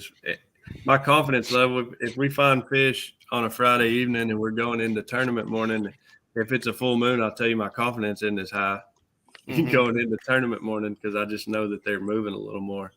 Yeah. I didn't know y'all fished all those trails, man. That's busy. That's real busy. Man, Yep. honestly, it feels like there's not enough, huh, Travis? Oh, Yep. really? I'm pretty happy about fishing Bob Sandlin this weekend. I mean, well, we that's fish right, this weekend. We hardly ever have back-to-back tournaments. It's usually, weeks between them. So Uh-huh. Yep. When are you guys going up there? Friday. Friday. Travis said he's got them dialed in there. So Cool. I fished it a week or so ago, and hopefully put something together enough for us to do decent. Yeah. That'll work. I know y'all do good. Yep. I don't think it's going to take the weights that they thought it was going to take, but we'll just we'll see. Yeah. I know these lakes can transition, and certain years, or I know a couple of years ago when Cat was having their tournament on it, they thought it was going to take 15, 16. But I'm not seeing it. I don't think it is. And some other people I've talked with as well, they don't think it's going to take that much. Yeah. That's what's up. So let's talk about your unit. I don't need specifics on your settings or anything like that. But do you like your unit run hot? Do you like a clean screen? So a clean screen or what? So I'll be honest. I have nothing to hide on mine. I'm not. I have. I run my unit in 100% auto in default. Really? Setting. I run Caribbean color. Usually my gain. Michael tweaks it a little more than I do, but typically my gain is in auto. Auto medium or auto low or auto high. But I've found that running it on auto, when the clouds go over the sun, it adjusts for it, and you don't have to adjust for it. When it lightens up outside, we start fishing early in the morning and we're tournament fishing and we're rolling. We're not having to reach down there. The only gain adjustments we'll do is from auto medium to auto high, or from auto medium to auto low. But it's always on an auto medium, lower high. And I feel like when you're running the 32, there was a little bit of other tweaking and stuff, that you used to have to do, but now, especially with this 34, honestly, I think it's good. I think you start messing it up if you start trying to tweak everything. Wow. I think you're the first person I've ever heard that they run it on full auto like that. I hit, if we ever have an issue or mine kind of looks kind of funny, we'll just reach over, restore to default. I change my color to Caribbean. Michael likes amber, but I like Caribbean. So I see it. If we're in a lot of fish, I can see amber pretty good. But if, a lot of times when we're tournament fishing, we're not in just an absolute ton of fish. We're in bigger fish, but less numbers. Right. And I run Caribbean for me fishing all the time. And, we literally I run default settings. We run the grid on. Reverse range to minimum. Yeah, and Caribbean color. I see Caribbean very well. Wow, nice. We don't ever mess with the color limit. And I got a question that we're gonna probably get 5 people to reply to over here in the comment section. Do you run your transducer on a pole or on the trolling motor? On trolling motor. It's on the trolling motor, both boats. We always crack jokes on each other over here. All the pole's better. And I was like, there ain't no way that pole is better. No, so and I think even Michael as well. When we started crappie fishing, yeah, I really didn't know there was any other way. I had a pole on my boat, but as I got more towards the tournament aspect and actually really learned how to use live scope, that's when I transitioned to putting it on the trolling motor. Yeah, if you can make that fish sit still and you can make that boat sit still, I'll go with the pole pole will work. Exactly. Yeah. I totally agree. If that, and I tell people that if the trolling motor had a park instead of a spot lock, that pole will work great. But it's dancing too much. Everybody's over here cracking up behind that question. And it's personal preference. I mean, if somebody is okay with seeing a fish 2 foot from their jig, hey, so be it. But I like being target specific, and here's another question right here. Hey guys, breaking down a new lake, are you river creek channels first near contours, or what's your strategy? Rule of thumb. Say, depending on time of year. Definitely all things on a lake to me are going to be around your river or your creek systems in a lake. But depending on what time, right now we know we're in a transition period and they're going to use those creeks and rivers to transition. So that's going to be part of our game plan for sure. Right. But as far as if we're going to find our tournament fish in the creek channel, off the creek channel, on the ledge of the creek channel, on a flat between a creek channel, it's going to have something to do with the creek channel, probably. But very rarely would I say that our pattern is ever in the creek channel, really. It's always going to be edges of the timber around the creek channel, or flat off the creek channel, or it's going to hold your better fish. Your majority of fish sometimes be in the creek channel. Yeah, I do contour changes, especially down here. I mean, the river channel, especially on Lake Houston, runs 1,000 different ways. But just a slight change in that contour, depending on the time of year, can be the ticket for Lake Houston. Lake Houston's a different animal, man. I wish you guys could have spent more time down here and got over there and fished over Lake Houston. It's a lake that got some good fish in it. I mean, it's not the 3-pound capital of the world, but it's a fun lake to fish, with its own challenges. Is that a more open water lake, Houston, or it has structure? It's tons of structure. Yeah, no standing timber, but stumps and laydowns everywhere. Gotcha. Yeah, it's a real fun lake to fish.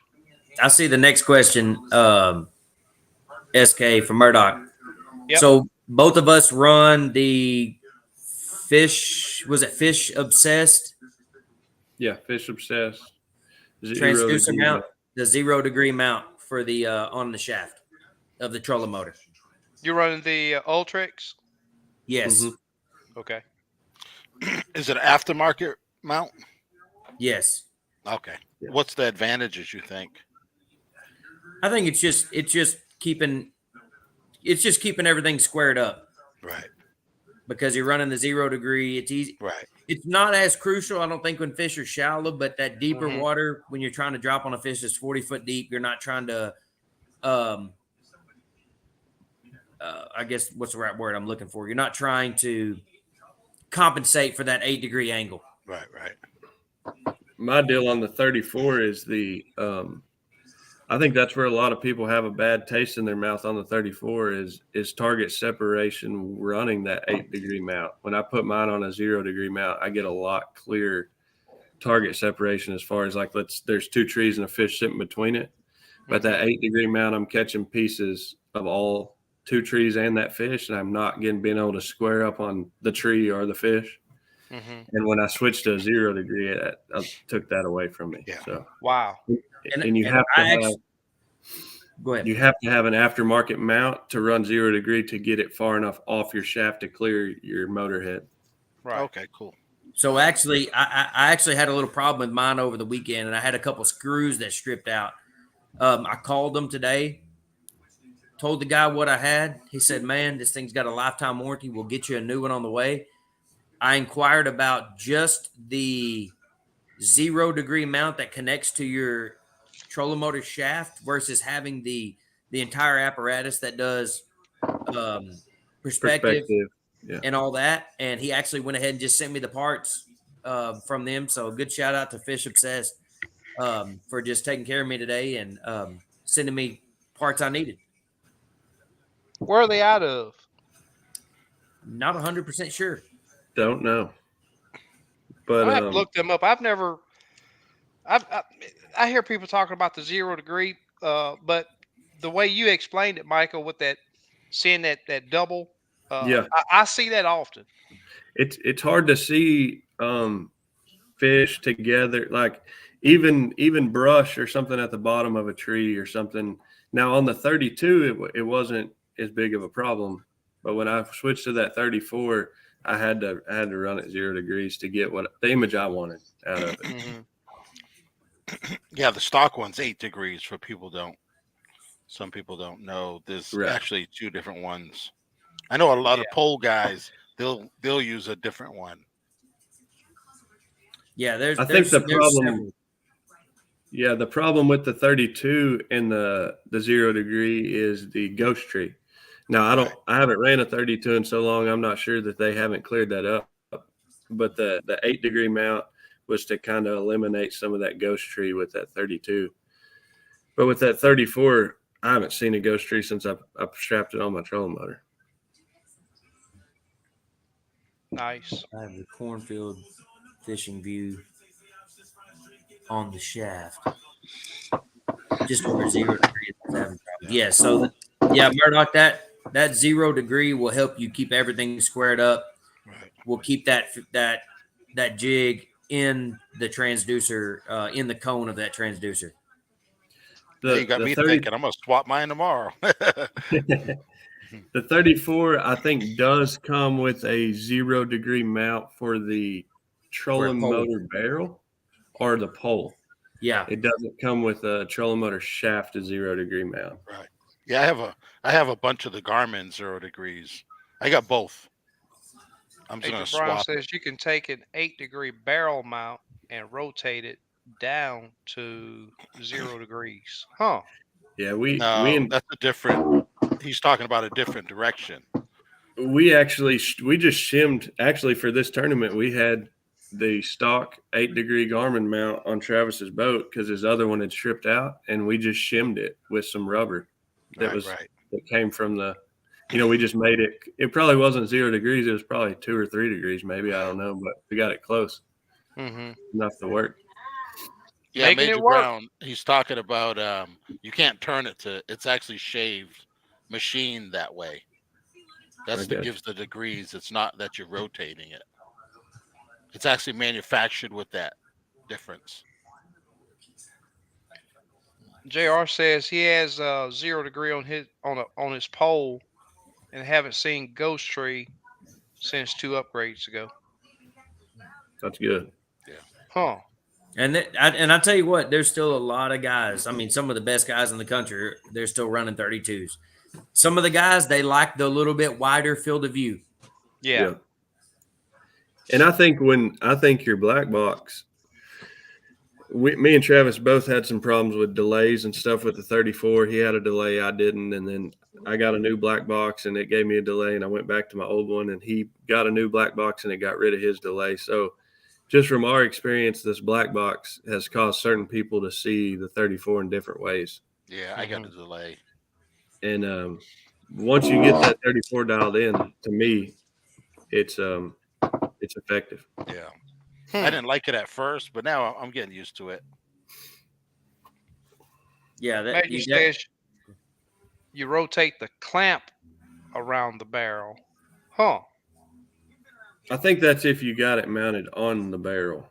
Yeah. Okay. You could take that 8 degree mount, that 8 degree out if you rotated it. I could see that.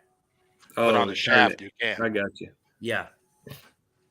But you still can't get it far enough off the shaft to clear the barrel at 0 degrees. Right. You're going to have interference with your barrel unless you have some kind of spacer. That's what that Fish Obsessed does. Is it just picks it up off the mount. That just 8 degree is supposed to get that cone off of the shaft, right, or the barrel. Correct. Yeah. Correct. So does it extend it a little bit? That's what it probably does. Extends it away. Yeah, it just takes it off that shaft about an inch, huh, Travis? Oh wow. Okay. Yes. Inch and I'm gonna have to check that out. Slab says that Hayden still runs 32. Yeah. Yeah. There's a lot of guys that do. He's got a special one. He got Josh Jones' old Garmin transmission. Yeah, I had to laugh. I sat there and watched that full live they did while they were fishing, and not one time did they show his screen while he was dropping on a fish. Yeah, I think I saw while Lamar's once or twice. I seen Lamar's once. He caught one fish and they showed. Yeah, and on day one they showed Clay's screen. Yeah. And the other Yeah. guys that were fishing, They did.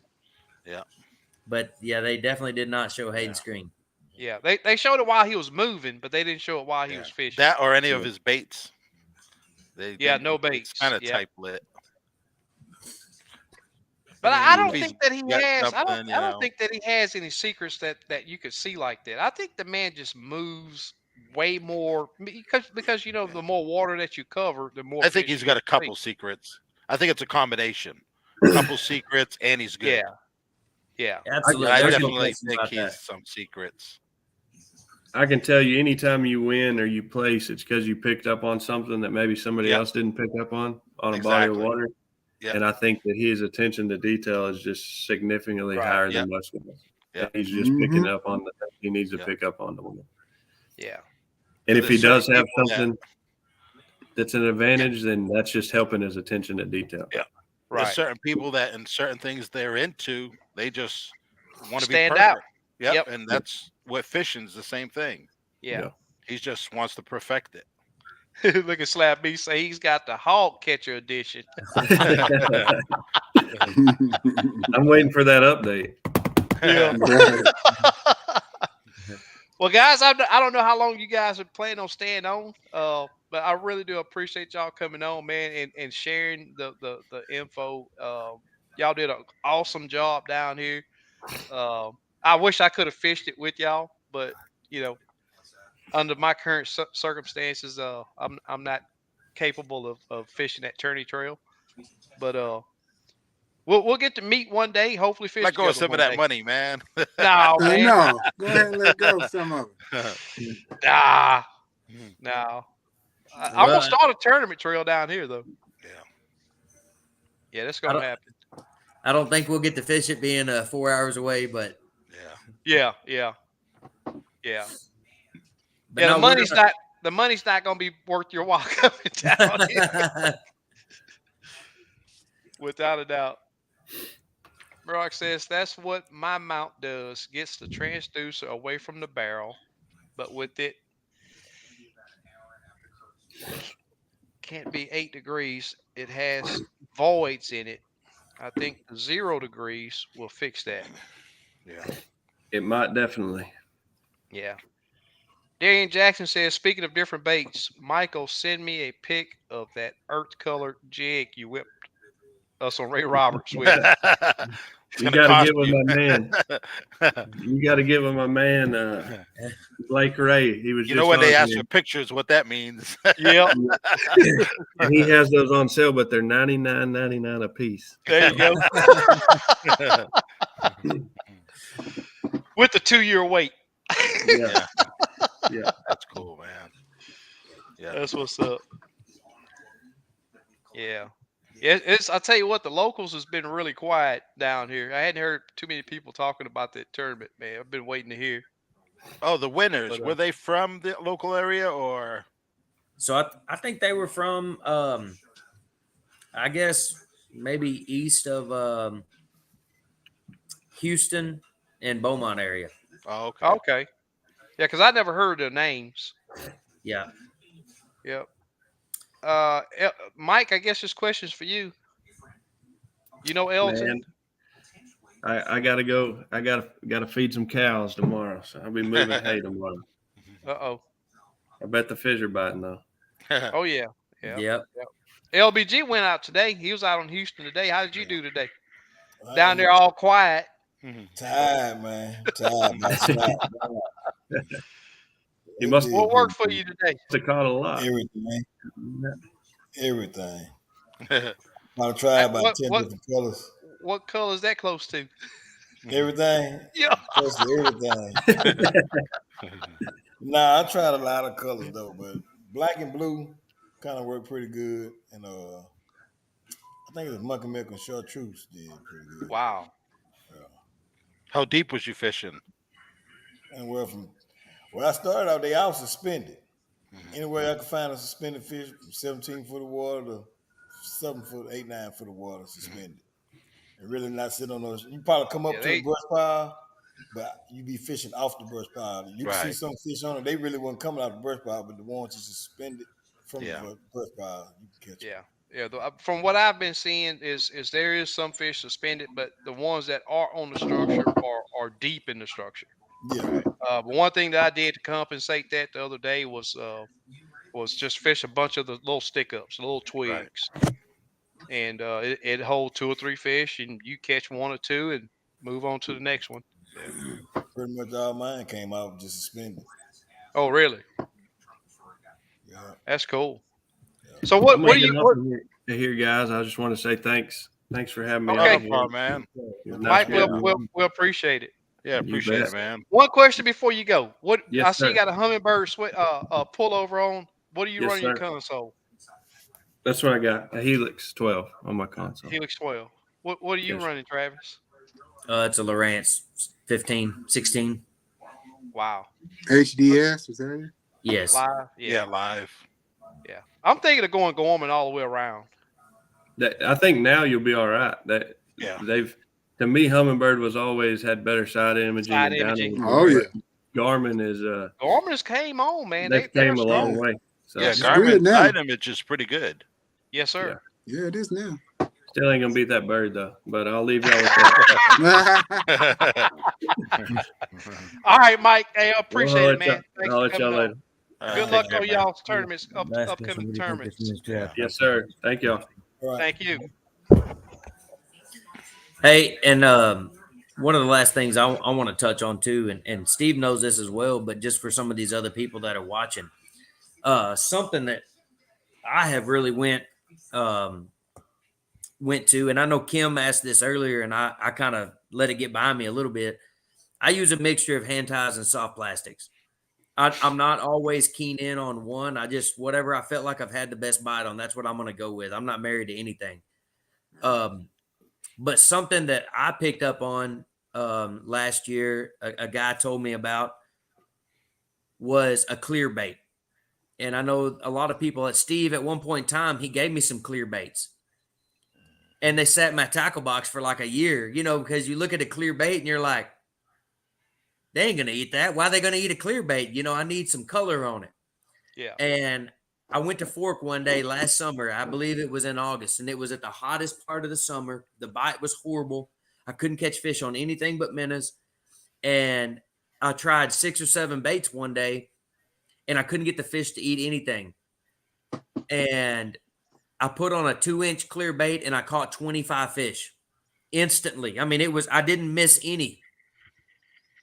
And I realized then that a clear bait would catch fish. And so it's actually been one of my go-to soft plastics throughout the winter, throughout here lately, is if I find that the bite or something, if I'm just throwing something and they seem to be finicky about it, I put on a clear bait.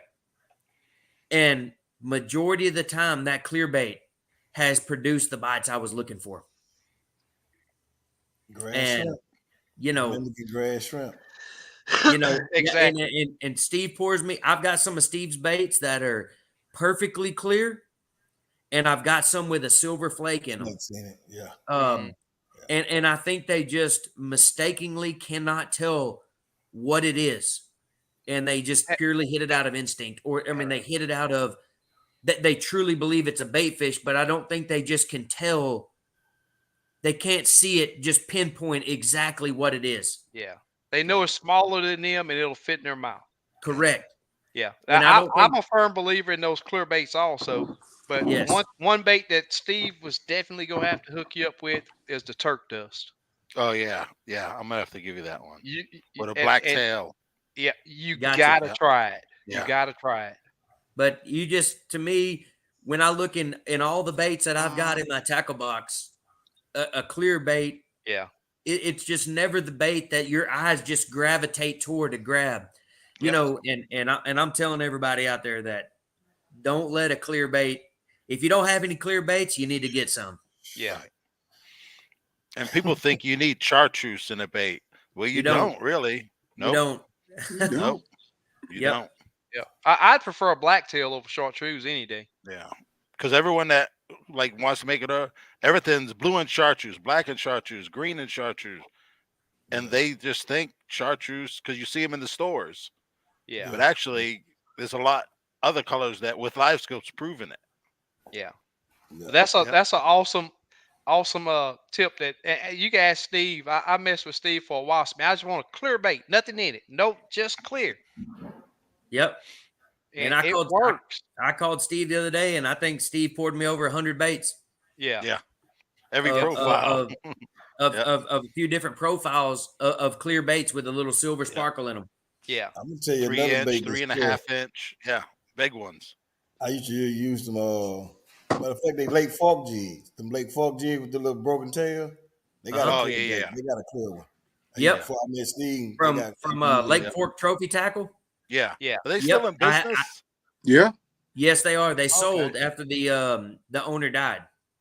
Oh, I didn't know that. Okay. They got a clear bait, and they also Does Ann's part owner? She's the owner, right? Ann, the lady, Rod Sox. I'm not sure about that, but I know a guy owns some property right down the road from me. I don't know if he owns it all, but I know he is part owner now. Oh, okay. And I met him at the Every Crappie time Expo. I don't see no really cars in the parking lot no more. Yeah, it just maybe a car or two, when you go by. Yeah. But obviously they're geared towards 95% bass fishing. Yeah. Oh, and really? online Yes. orders probably. Yeah. Huh. Yeah, they have just a very small selection of crappie baits. Right. So, Mr. Unlike you asked a question, what's how much wind is too much wind for you to go fishing? None of us like to fish in wind, in my opinion. Nobody, I want it slick out there, but I mean, as long as I'm not taking rollers over the nose of my boat, Exactly. I'm good. That's when it's time to go. Yeah. I agree. And I don't mind taking the occasional one, here and there, but I'm not going to just sit there and I'm not going to put myself in any kind of danger to catch a crappie. Right. Well, that ballistic will handle it a lot better than my boat, I'm willing to bet. Yeah, it eats the waves pretty good. That thing is like a Cadillac. Good. Yes, sir. Just the ride in it is unreal. That's a sweet boat. I ain't never been in a bass boat. It's just smooth. Yeah. You could see a big wave and you don't even feel it. It's unreal. The way they designed that hull, Yeah. Yeah, Slab B, I agree. They came on big time. Garmin is a force to be reckoned with. They're here to stay. They bought Navionics. I don't know if a lot of people don't know that. They own Navionics now. Yeah. So Darren asked, do anybody use red in their plastics or hand ties? I hate red. I'll tell you that now. I'll be honest with you. It's not one of my favorite. I do have probably a few poured that have a little bit of red in them. Yeah. But red is never one of my go-to colors. I love it. I don't know. A lot of guys used to use like on a hand tie red collar. They said blood. It's supposed to attract. That ain't true. Yeah, I don't know. Yeah, red's never been. I can get away with a red head, but if I do a body or tail, hang it up. I use it in shallow water because it disappears quicker than the other colors, so it doesn't disappear quick as shallow water. Hey, Slab B. In muddy water and clear water. Yeah, Slab B said that in that clear water up there, that jet black was killing them for a few weeks up there. Yep. Tony Cole said, "What does Turk dust look like? You got to order it to see it. You got to order it to see it." Turquoise dust. Yeah. So you still have a clear. Yeah. Just go to Limits Tackle. Yep. Super Dave got you right. What I'm going to do is I'm going to give 3 giveaways tonight, and it's going to be clear baits with silver sparkle in it. I'll give 2 packs to each person. Tony said he thought I said turkey dust. No, I call it Turk dust for short. It's turquoise dust. Yeah. Yeah, we were playing in the lab one day, and let's think of some new colors. We're like, let's try that one. Yep. Yeah, I've been, I pushed for black tails for a long time, man. Black tails it just simply works, man. Even in the hand ties that I was doing, That blacktail does. It's a Yeah. force to be reckoned with. Not a lot of people use it, but it works really well. It works really well. Well, guys, I guess I'm going to let y'all have it. Okay. right, Hey, man. man. We really do appreciate you Yeah, Yes, coming sir. appreciate on. it. Yep. Uh, All right, Travis. Good luck this weekend. I'm gonna get to shake your hand one day. Coming soon. Yes, sir. Yeah, we'll all go to Sounds Fork. We'll all go to Fork one day. Yeah. Yep. Are you going to make it up for Crappie Fest SK this year? Steve, you going? It's like March 30. It's 25th. usually the 25th. And see if you got a guide trip. Well, I can look at that right now. March 25th. If I Yeah. can find my phone. I just about got all of March booked up except for when we go into Grenada. yeah. No, I'm good the 25th. I'm gonna mark it right now. Yeah. We fished it a couple years ago. But I'll see you at Grenada. Yeah. Okay. All right, buddy. Yeah. Hey, I appreciate you coming on. Yes, sir. Hey, appreciate you guys. Yeah. Take care, All man. right, man. All right. All right, man. Later. Later.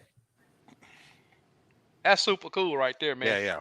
Yeah, I'll I- do three giveaways with some clear baits. Okay. Yeah. I got to get that thing started up. I want to. Yeah. I want to ride in that ballistic, man. Hey, Oh, Bluegill, yeah, you thing's remember that unreal. boat that I was tell you about that real bad bass boat? That's the one Yeah. that I was talking about.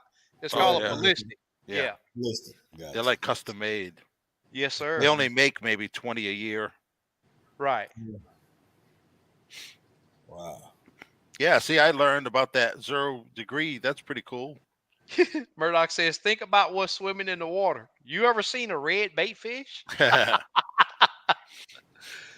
Hey, That's funny. another thing they mentioned was keeping that jig way above that fish and see how, and that I keyed in on that because that's actually true.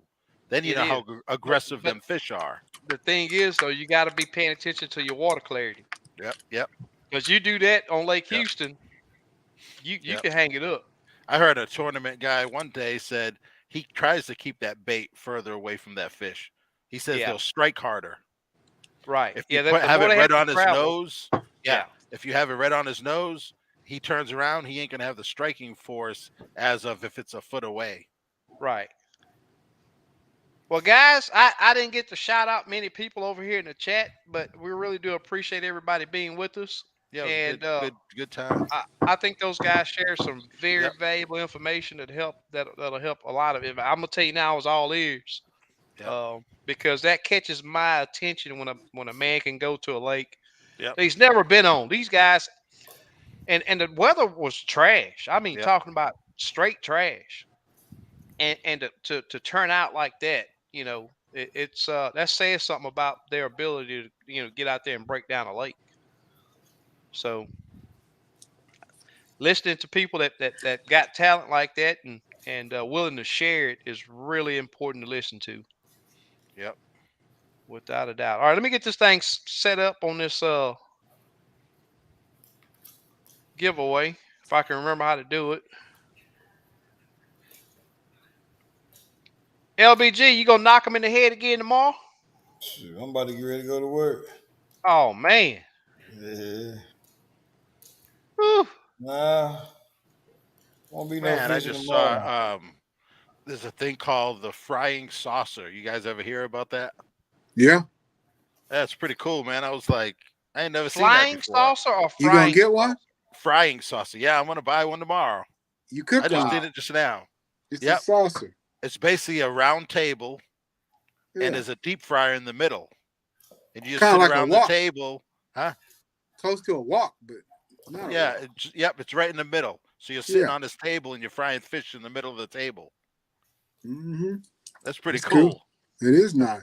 My buddy has one. Yeah, I never seen it before. I just They ain't oh, cheap. But he Oh got yeah, Oh. I could make my own too. it. Yeah. Oh, it is like a wok. Yeah, I can see it now. Yeah, it's kind of almost like a wok, just not That as is deep. pretty cool. Yeah, that Yeah. is pretty cool. Steve, that crappie fest gonna be on Fork. Yep, fork. One fish. Usually it's like a $75 entry. Okay. You catch a one fish per 3-pounder. hour or just one, One fish fish for the whole total. tournament? You bring One one fish fish to the takes weigh-in. off. I think No like second a or third 12. places? Yeah, there's like 10, 20 places. Oh, really? If you You catch a wanna do it? 3-pounder, yeah, we can do it. 3 pounds or more. you get like 12.5 if you're the only 3-pounder. Oh wow. 12,500. There's a lot of money being paid out. Yeah. Hold 'em Hook in the house. What's going on, man? Look at Camo Joe. Talking about 100,000. Hey, you might want to add some more with that. Yeah. You might get the hull for that. Oh, with a 300 on it too. Yeah, that's what I'm talking about. It's gonna Man, be I more saw than a that. post on Facebook. A guy was going through a creek, hit a stump, the motor broke off and landed right in back of his seat. Wow. Yeah. He said the prop, he turned around and the prop was spinning like 6 inches from his face. That's crazy. Ain't that crazy? Very. Yeah. But that's I guess they have that's these one thing that go ahead. they have these cables. They're Right. safety cables. And Yep. he said next boat he ever has, he'll have them. Yeah, but that's why they make the steering cable so strong. Yeah. Because that's sort hold of a anchor. Yeah. Yep. That's crazy. I was like, Well, man. On Lake Houston one year we were down and this guy was ripping and running out there. Matt asked where I'm located. I live in SIP. I'm in Houston, Texas. Houston, Texas. But this guy knocked his whole motor off.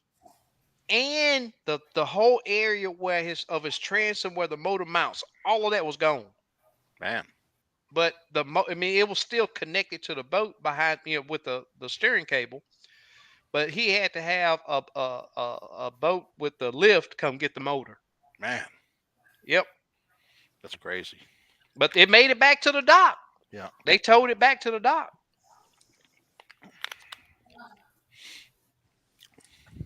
Matt says 20 minutes from Sardis. I mean, I wish I could fish that lake over there. Yeah, we fished Sardis one day.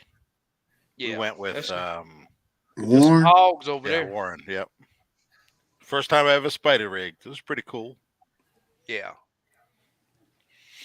Uh-oh. What happened I think here? we fished 8 foot of water. Uh-oh. I got to select.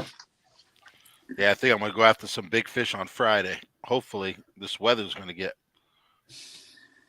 Don't count on it. It's going to get cold tomorrow. They changed up the share. Oh, okay. The share screen. So any of you guys that are brand new here, 1, you got to be subscribed to the channel. 2, you take that hashtag crappie and put it in that comment box down there and hit enter. And that will enter you into a drawing for some of the best plastics on the market, hands down. And I'm going to tell you now, I got, and every person I have on my boat that I use these plastics on are totally blown away with the money that they throw away on using a pack or a pack and a half of baits when they're on fish good. There are times that I put one bait on, and if that bait lasts, I do 3 trips, and that's with multiple fish being caught. I would not be using plastics. The reason why I quit using plastics was behind how fast they tear up. This guy's baits will last. And those of you that have used them know what I'm talking about. Yeah, I'm going to give away 3 packs of the one Travis mentioned. Okay. Kim, you hear that? You say you got the wrong hat on. Don't hate, hater. It's over now. We go on, baby. Congrats to Kansas City, man. They did it. Yeah, they did it. Don't Them hate. boys did it. Yep. Yep. Man, I'm surprised I figured that out. They got that. I'm going to have to talk to the old StreamYard over there. They got their I couldn't. Oh, Bluegill, did you see how Uh-oh. do you can you chat? I find the chat thing. I'm using my tablet today. Oh, how do you post comments? I I'll be couldn't on my figure out how phone. to type in. Oh, you do it Yeah. on your phone. Oh, okay. I'll be on my phone. Oh, okay. That's the only way I can't. Oh, okay. I'm on my laptop. I can't do it on my laptop. Okay, same thing Oh, then. yeah. Yeah, I couldn't find it, and I'm like, what am I doing wrong? Yeah. I'll be on my phone while I got this going. I just turn the volume down on my phone and mute Okay. it. Okay. Cool. Yeah. So I wasn't going crazy. Yeah, I always thought that it was just on there. At Mac, fix that submission. Has to be. Oh yeah, has to be exactly as you see it. All lower caps, all together. Oh, see, I Without a never doubt. seen the entries before on my phone. I don't see entries. Oh See how really? it says entries? Yeah, I never seen that It says before. 47 Yeah, or 44. On Mine your says phone? 47. using a phone, Yeah. Yeah. Kim. Okay. Yeah. Yeah, it's different because I didn't notice that before. Yep. But the crazy thing is with how many people that we have on the live versus who all enters. It's mind blowing. Yeah. There's a lot of people that don't enter, I guess, or that's not subscribed. You have to be subscribed to the channel for this giveaway tool to pick up Right. up Hey your Blake, entry. on the tadpoles, the single tail's a 1.3, and the twin tail is just a hair over it, maybe a 1.4. That's on the tad fry. I have a tadpole, which is a 1.5 and a 1.75. That's actually a tadpole with the arms, I guess, with the tadpole tail. I had a tadpole earlier. Steve, did you hear they're closing Fairfield Lake? Yeah, it was in the Fort Worth newspaper today. The 28th is the last day you can fish it. The owner of Bucky's bought it. Now, Bucky's got money. Yeah, they're gonna build $1 million homes and a golf course, and have their own private lake. Go Oh, it's figure. over there. Yeah. So And now I think all those fish are going to overpopulate. Yeah. They're going to overpopulate, and then they'll be all runts out there. Yeah. So Yeah, next they'll be best stunk. lake is probably Possum Kingdom has some big old red. Ain't that where the bluegill is, copper nose. Steve? Yeah. Yep. Yeah. Well, they'll survive. I don't know about everything yet. Mhm. C219 says that he has a veterans tournament. Okay. Hey, April. send me a message on Facebook. C21. Yeah, send me a message. I'm a retired Air Force guy, so yeah, I'll send you a bunch of stuff. Cool.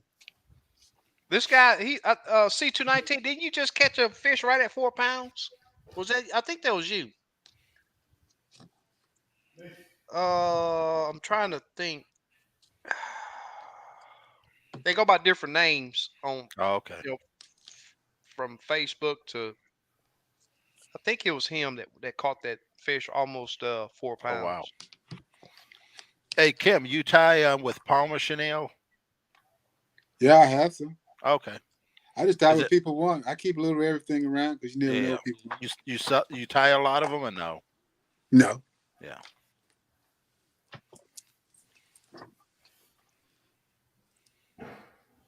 Hey, Gilby. Uh-oh.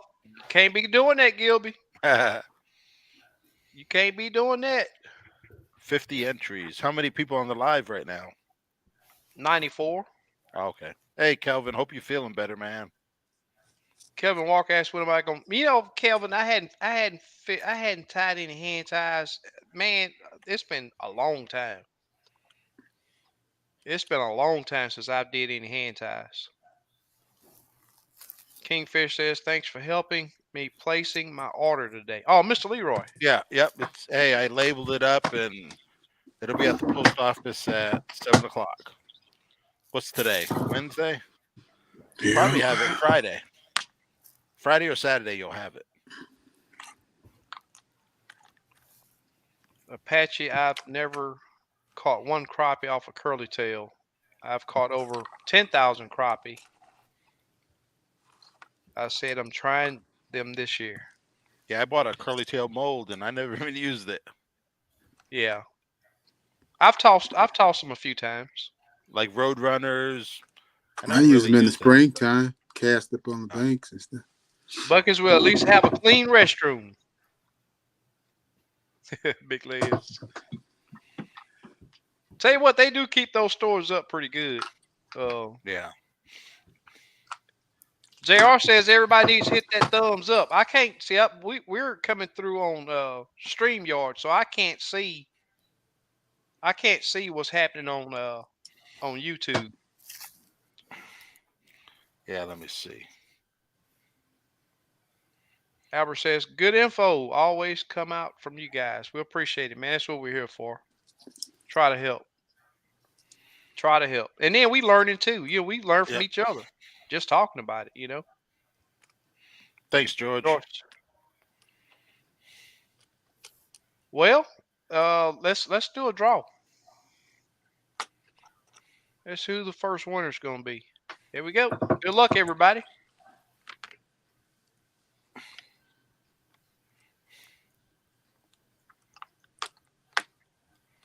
Jeffrey. Yeah. Jeffrey.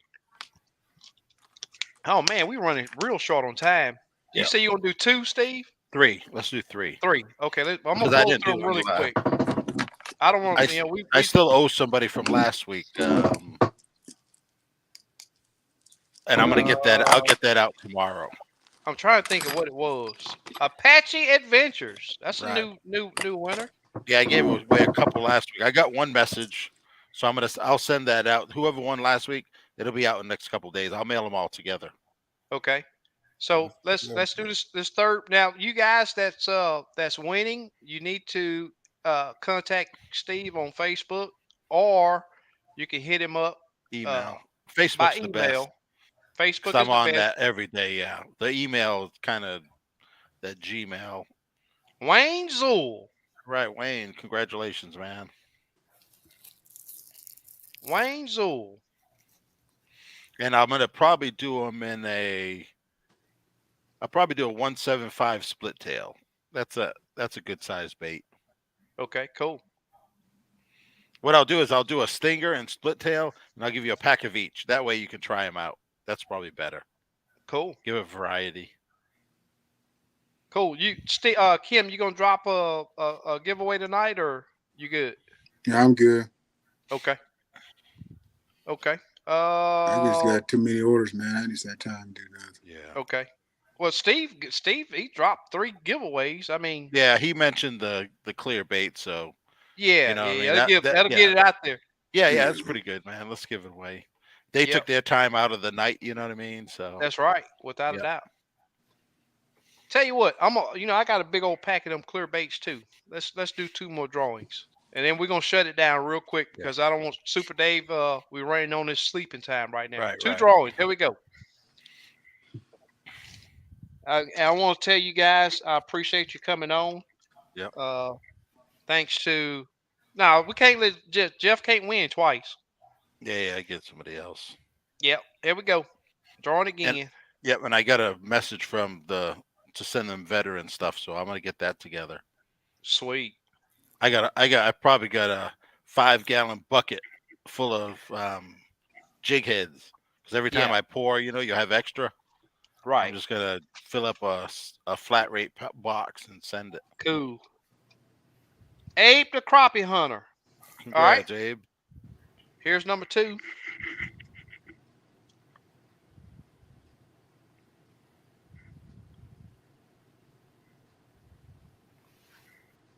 Kingfish Williams. Right.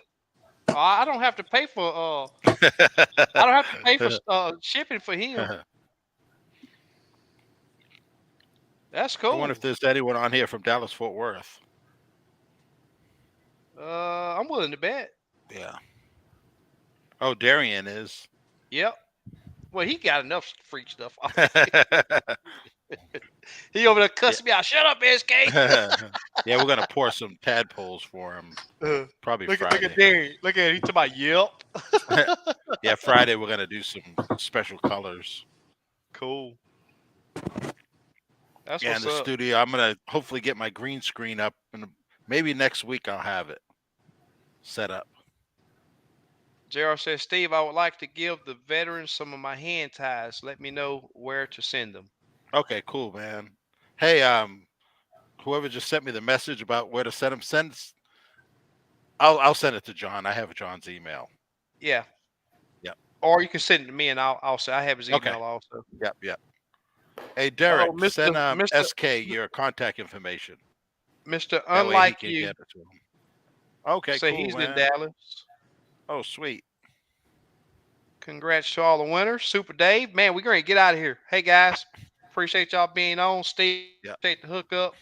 Travis, they brought some real information. Yep. Yep. Super Dave, Big Les, LBG, wake up down now. Look at he down there nodding off. We need to get Kim, that biologist on. Yeah, I'm gonna. He said next Yeah. couple weeks he could possibly get in. Okay. But man, we talked about some really good stuff today. We'll Oh, talk yeah. about it next week. They made me gonna go spend some money right now. But Slick, everybody in the chat, man, we appreciate all you guys. And like we always say, we'll be back next week, same Yep. time, same flavor. All right, take care. Peace. Take care.